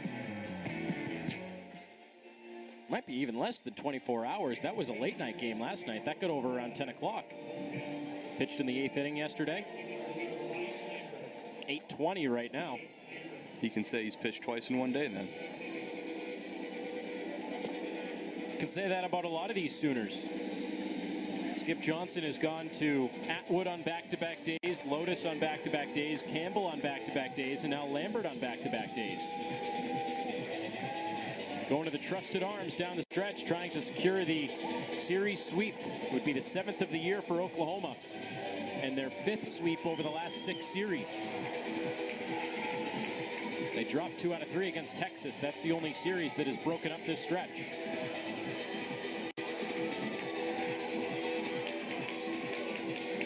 Would you expect more fastballs, those hard fastballs this outing, Zach, or are you expecting him to stick mostly cutter slider? It'll be interesting. He's got plenty of weapons to choose from. That fastball is really good, 95, running up close to 100. The cutter was ferocious last night, so wouldn't be surprised if he tries to get that in on the hands of the left-handed Landon Vittering. Tying run at the plate for a guy with pop.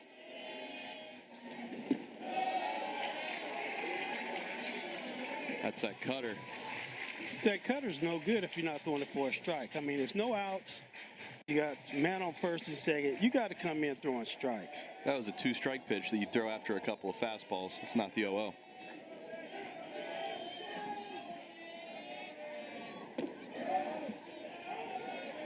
That's the straight one right there. 95, outside corner. And for Lambert, that's just him getting loose.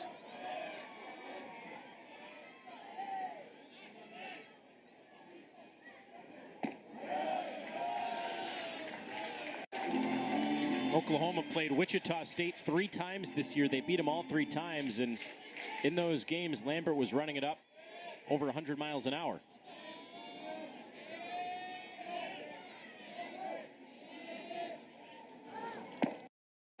Right by him at 97, so every fastball has gone up a tick.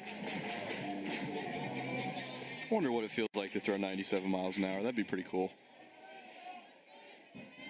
You would do like the rest of them. Instead of throwing that 97, you'd be trying to work on that 89-mile-an-hour cutter.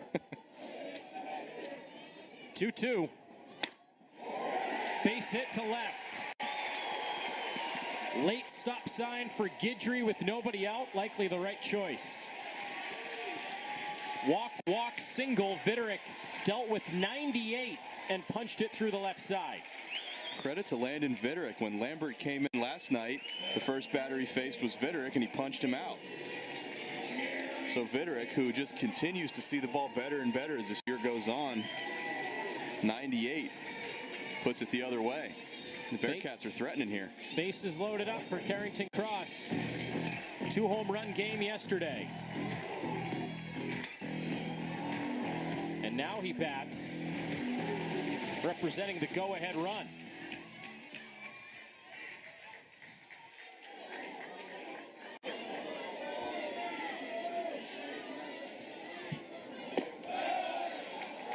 Back to the cutter to start him off, right at the top of the zone.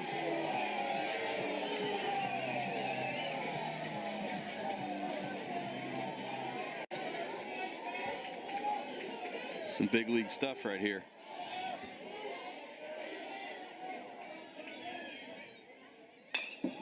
Ground ball deep short. Willits goes to third.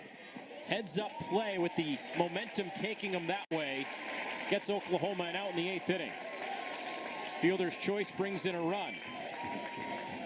It was a very smart play. The ball took him to third base. Instead of trying to turn two, throwing back to second base, take the easy out. Now you only have one guy in scoring position right now. That's the fielder's choice you see all the time, Billy, right? 6-5. That's what you get for a class valedictorian shortstop. Heads up ball player. On first and second for Cincinnati. Strike one on Brooks.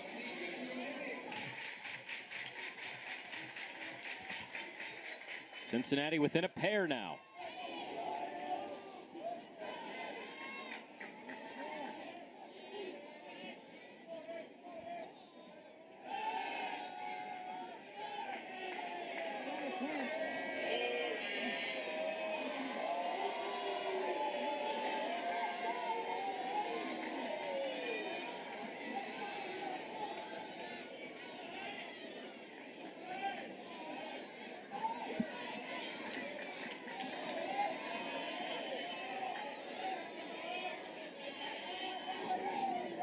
Yanked.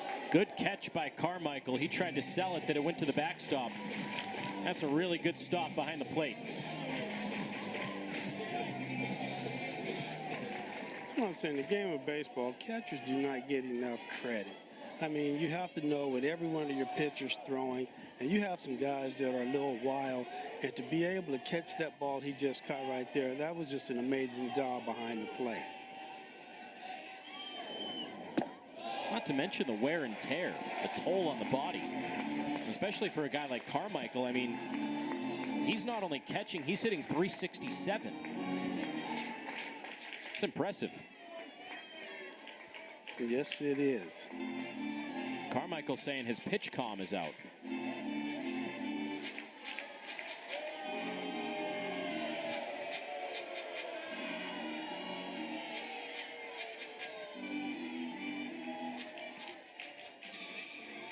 It's another road we could go down, the whole pitch comm system, but refrain. Did you use that, Zach? Or did you get out before it was really implemented? We had the wristbands where it just buzzes and it gives you a number. I was a huge fan of it because we used to use the football style matrix where you'd have to go, you know, column and row and have to figure it out. And some guys, a little dyslexic, it took them a while to read it. The wristband's much easier. I was a fan of it personally.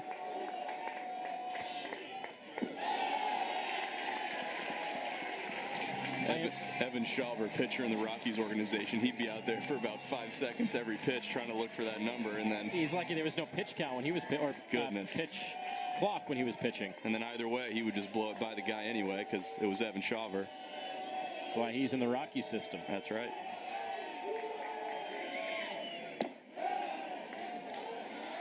Lambert working back, now 3-2.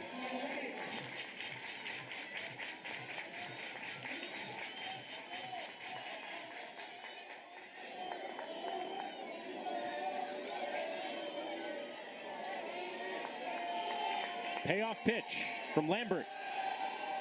Had Brooks leaning towards third. Half-hearted throw with nobody covering the bag originally.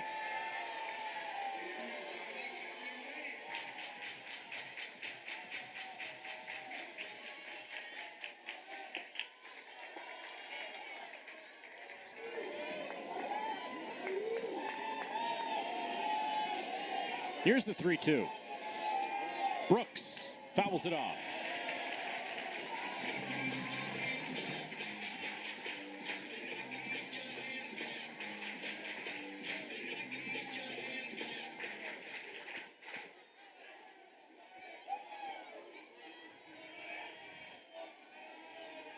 I think Brooks is just going to keep fouling off the off speed. If I'm Lambert, I'm going to the 98.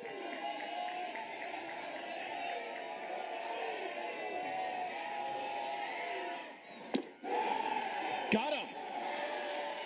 He stuck with the cutter and he put it right on the inside corner. Big punch out for Lambert. That right there is unhittable. Drops it right under the hands, just on that corner. Nothing you can do there with that one, Billy, huh? Especially 3-2 full count. You know he has to throw a strike. For him to be able to drop that in there with 3-2, pretty good. And we'll get a pitching change. Skip Johnson wants a new arm to face Josh Cross.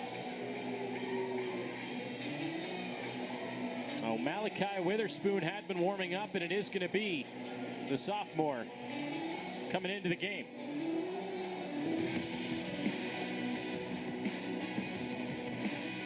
Geico can help when you're locked out with their easy app and 24/7 help. Dad, you don't have to make this so tough on yourself. Geico can help us get into our locked car. See? Yeah, but where's the fun of that? Maybe I'm just nostalgic for the good old days.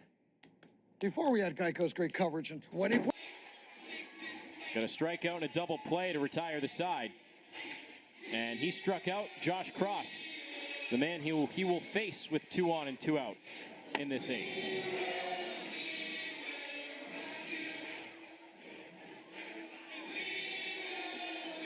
Hard fastball, drafted out of high school by Arizona. And now comes in Zach in a save situation. He looked like a closer last night, despite it not being a save situation, so no surprise that they went to him. He's also got a couple of saves on the year. The stuff is legit, him and his brother both. Good fastball, good off speed.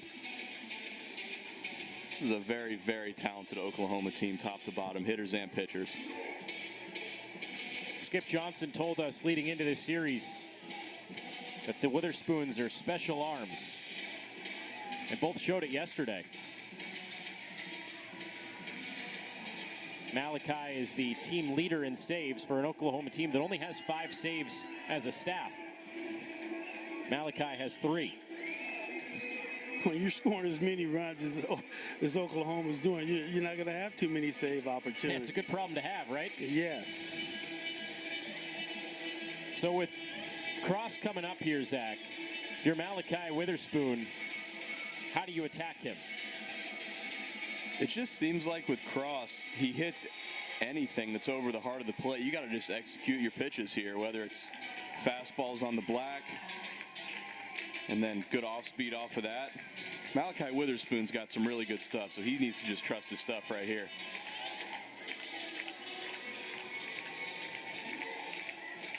What do you think, Billy? Have you seen any weaknesses in Cross's approach? Me Ways to pitch personally, him? if I'm throwing him up in the zone, I'm throwing him in. If I'm throwing him down in the zone, I'm throwing him away. I'm not going to let him catch something down and in and pull me.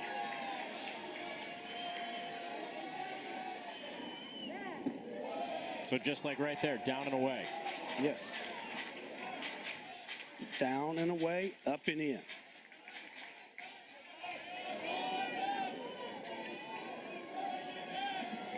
Representing the go-ahead run.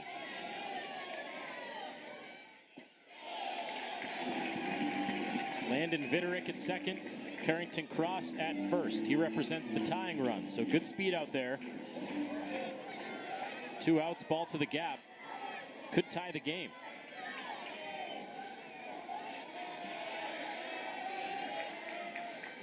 A 2-0 to Cross.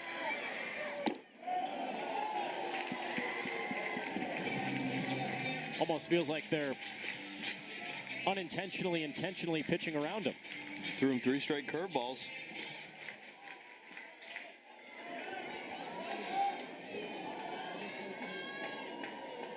Jesse on deck for Cincinnati. Had the green light, came up empty.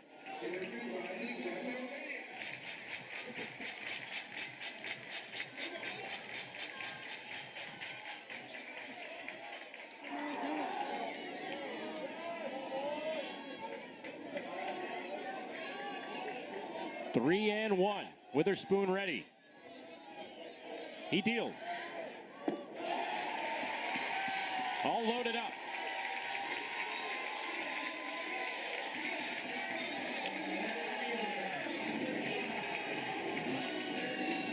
Wouldn't this be poetic? Hunter Jesse at the plate, if you're just joining us. Back in the 3rd inning, he had a 2-run base hit taken away due to a bat infraction. Potentially pine tar situation. It would have tied the game at the time. And now he has a chance in the 8th inning with the go-ahead run at first base, tying run at second.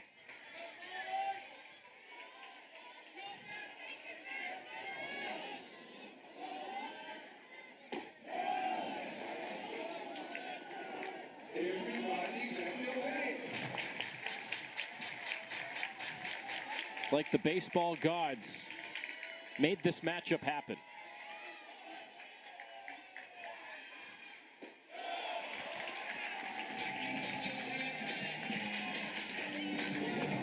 Oklahoma trying for the sweep. Cincinnati trying to salvage the series. Get a big win on their resume to keep those NCAA tournament at-large hopes alive.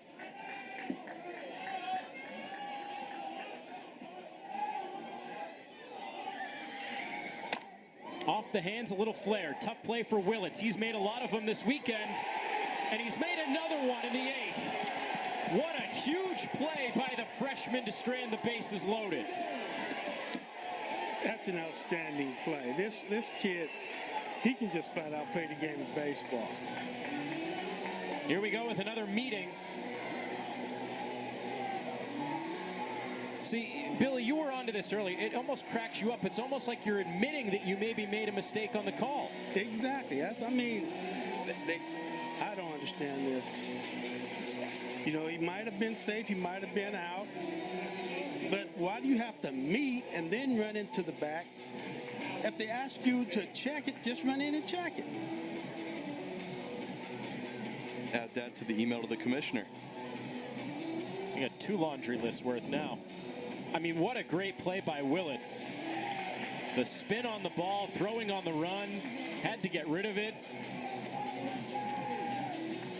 I thought he had it beat, the throw. I thought Jesse was out to the naked eye.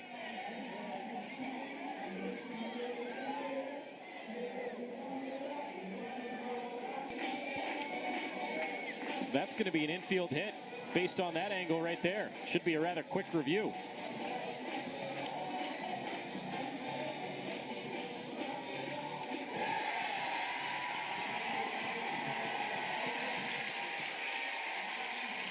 Despite the valiant effort from Willits at short, Jesse with the good speed beats it out. It's a 1-run game.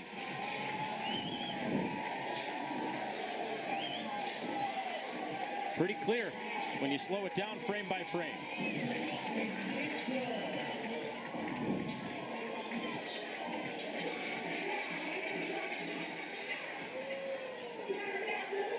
And the base is still loaded up.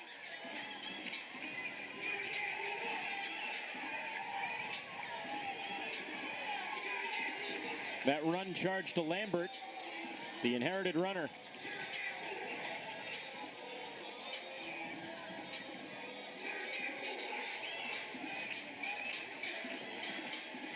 Zach, and that's what you were talking about earlier. As a pitcher, you make an outstanding play, and the guy still gets an RBI on you. What else can you say other than that's baseball? Christian Mitchell batting, bases loaded. Tying run now at third. Go-ahead run at second, bottom of the 8th inning.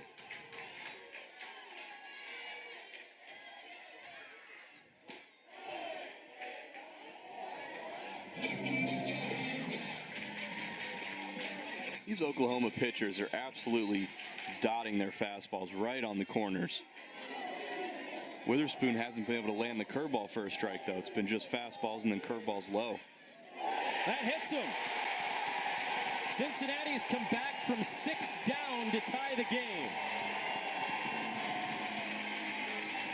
You just said it, Zach. He hasn't been able to land that curveball. And he landed it on Christian Mitchell's thigh. He was thrown it in the other batter's box to the lefties, to Viderick, or to Josh Cross and Hunter Jesse. He's just backing it up. Doesn't have a feel for it.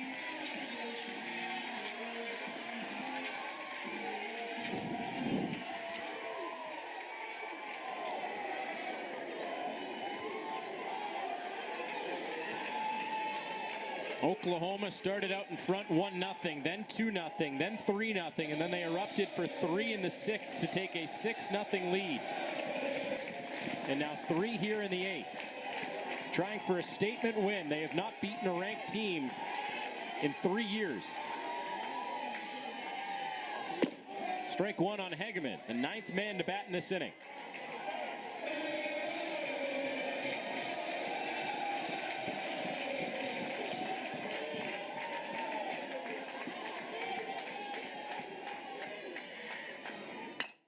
Pulled to right, way back off the bat of Hegeman, and that ball is gone.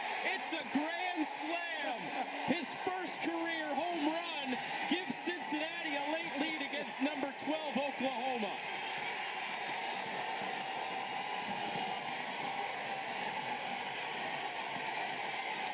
On senior day, the heroics for Josh Hegeman. He got a fastball down and in, and he just dropped the head on that ball right there. I'll tell you what, sometimes you have a feeling. I had a feeling. How would that be for his first home run of the career? Josh Hegeman just did that.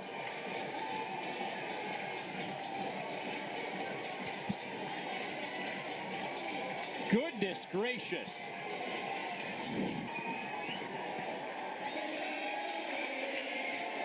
Unanswered runs. And maybe the most unlikely suspect has just hit a late inning grand slam on senior day for the lead. If you're only going to hit 1 home run in your college career, that's a pretty good time for it. My goodness. And it chases Witherspoon from the game. This is going to be the 4th pitcher used for Oklahoma.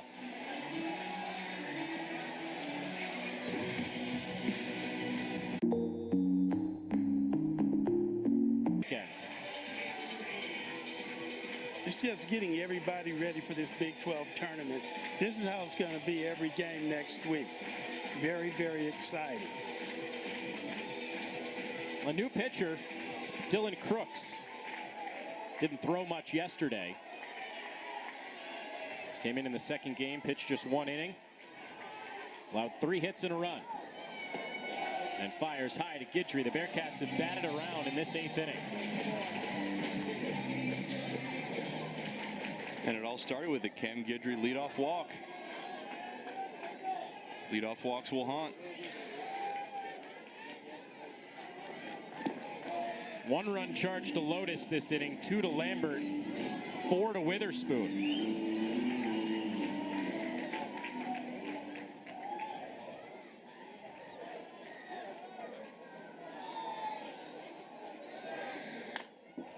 Guidry hooks this foul. And to think that Oklahoma, guys, was 1/2 step away from getting out of this inning. Willits, that bang-bang play at first base that Jesse legged out. 2 batters before that grand slam. That's why you got to play the game, play it hard. Anything can happen. Just keep playing hard.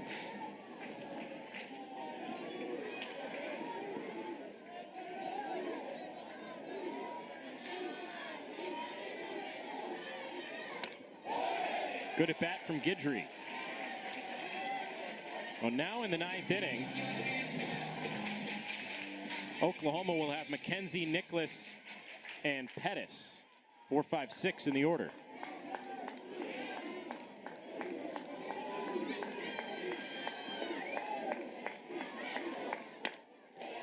Right back to Crooks. And that caps off the 8th inning. But what an 8th inning it was for Cincinnati. 7 runs, they've come back from lead. And now to the 9th inning, Carson Marsh is into the game. And Zach, you were just talking, this is maybe Cincinnati's best bullpen arm, at least the most consistent over the year. He has just been so impressive as a freshman. Strikeout to walk ratio, fantastic. Just an absolute bulldog out on the mound. Now he will face 4, 5, 6 in the Oklahoma order. Some defensive changes for Cincinnati. Dalton Pearson, who is one heck of a defensive center fielder, he comes in to play the middle outfield position. Landon Vitterick stays in the game in right, and Josh Hegeman moves from center to left, and Hunter Jesse is now out of the game.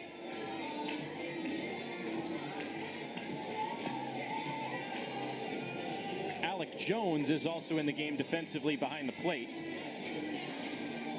So Jones is in there defensively, and Josh Cross goes from behind the plate to first base. So Tommy O'Connor is out of the game as well. Cincinnati making all the moves necessary. New pitcher, better defensive alignment to try to hold on to this win against Oklahoma.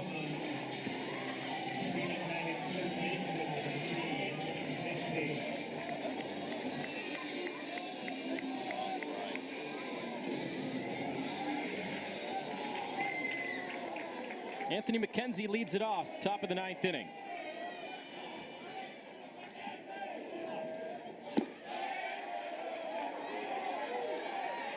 What can we expect from Marsh here out of the pen, Zach? Right now, he's got a little 4-run cushion. He's pitched incredibly aggressively all year long. Just goes right at guys with a good fastball. Works a hard slider off that. I expect nothing different than that here. Fouled off by McKenzie, 1-1.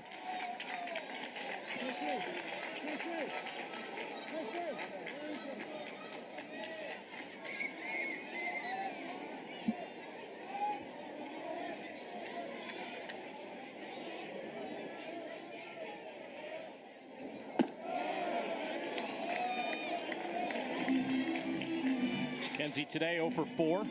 Reached on an error in the 5th inning. Quiet series for one of Oklahoma's better hitters over the course of the year, especially in Big 12 play.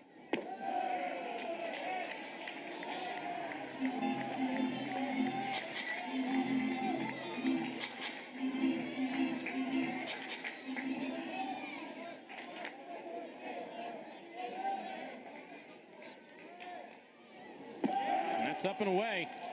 Well, Billy, you talked about it. Cincinnati 3 outs away from a ranked victory in the series finale, but you got to come out of the pen throwing strikes, and Carson Marsh walks the first man he faces. Well, you know, that's the same thing that just happened to Oklahoma. They came out there and they walked hitters. You start walking guys, get guys on base, it causes problems.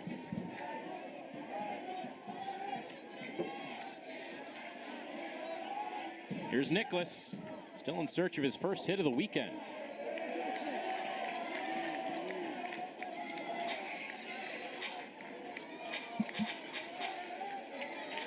Just like I usually ask you, Zach, when a guy's struggling to throw strikes, is it mechanical or is it just the situation right now, you think, for Marsh? I think he's just a little amped up right here. Got to be able to make a quick adjustment here. Missing that fastball up. This feels like a good visit from a veteran, Jones, behind the plate. Definitely give him a bit of a breather. With the pitch clock rule, you can't take a long break, step off, collect yourself.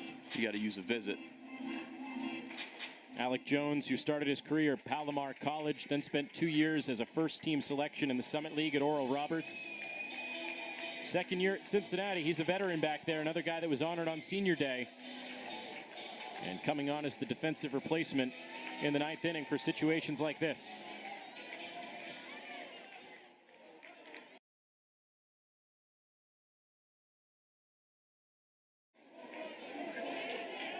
Two balls and no strikes after the visit.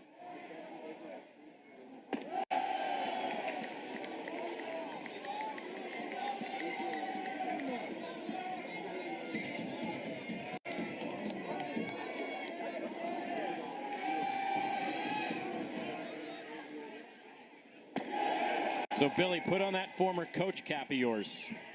You got a 4-run lead. You just came back from down big. And your first guy out of the pen starts walking the yard. How long is the leash? Well, you got to know if you have anybody left in your bullpen, who are you going to go to? But on the offensive side of the game, I'm telling my hitters, you do not swing until he throws a strike. I don't want you up there hunting anything, looking for it. We want him to make him throw strikes. So you're taking it until you get a strike. Marsh asks for a new baseball. There is action in the pen for Cincinnati. Will Murphy, he was getting loose earlier.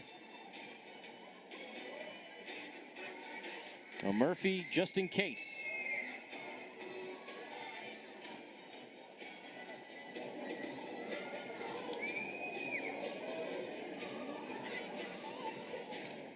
Murphy's a strike thrower for the most part. I see why they got him going, but just 8 innings on the year.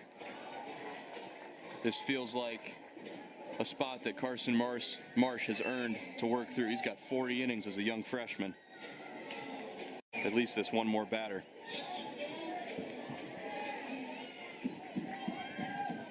And that batter is Pettis.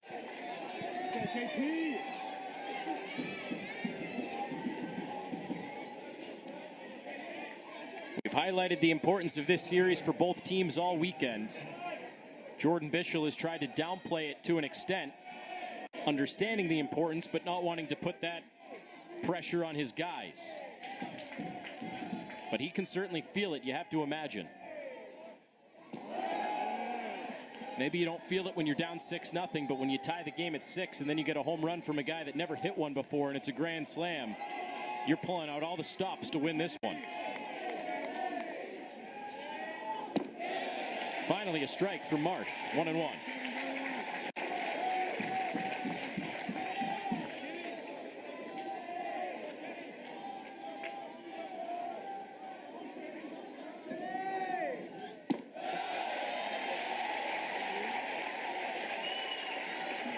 I could tell where he missed that 0-0 pitch. He missed it down and away. You knew he had made an adjustment. His last 2 pitches look much better.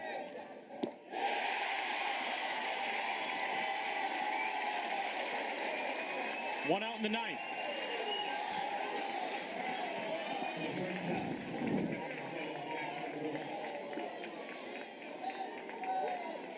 Good hard slider, swung right over top. So that's the adjustment, Zach. Instead of missing arm side, he's missing down and away when he misses, but now he's locating it more. He was missing arm side and high. He probably just tried to change something, and sometimes you overcorrect like that 0-0 pitch, but that next fastball was right there. Willits has been a pest. He is quite the young player. He's had a great week. He's ahead 2-0.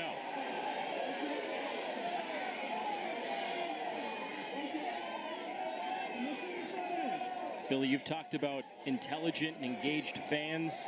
You mentioned Boston when you were playing. These Cincinnati fans, pretty smart too. They know the importance. They're engaged on every call right now. Yes, they are. A bit of a rejuvenated program here in the Queen City. 30 wins, the first time since 2019. Knocking on the door of a potential at-large of the NCAA tournament. Something that over the last few years has not really been in the minds of a lot of these fans. There have been some good crowds, some good games, but the seasons in general have not gone Cincinnati's way. That could change with a big win here tonight. On the ground, Weekly hit to second. Brooks the flip. There's one. There's two. And Cincinnati with a huge win on its resume with a big boost from maybe the most ultimate. And what a way to cap the regular season. Cincinnati likely going to be in the middle of the pack for that upcoming Big 12 tournament. And maybe just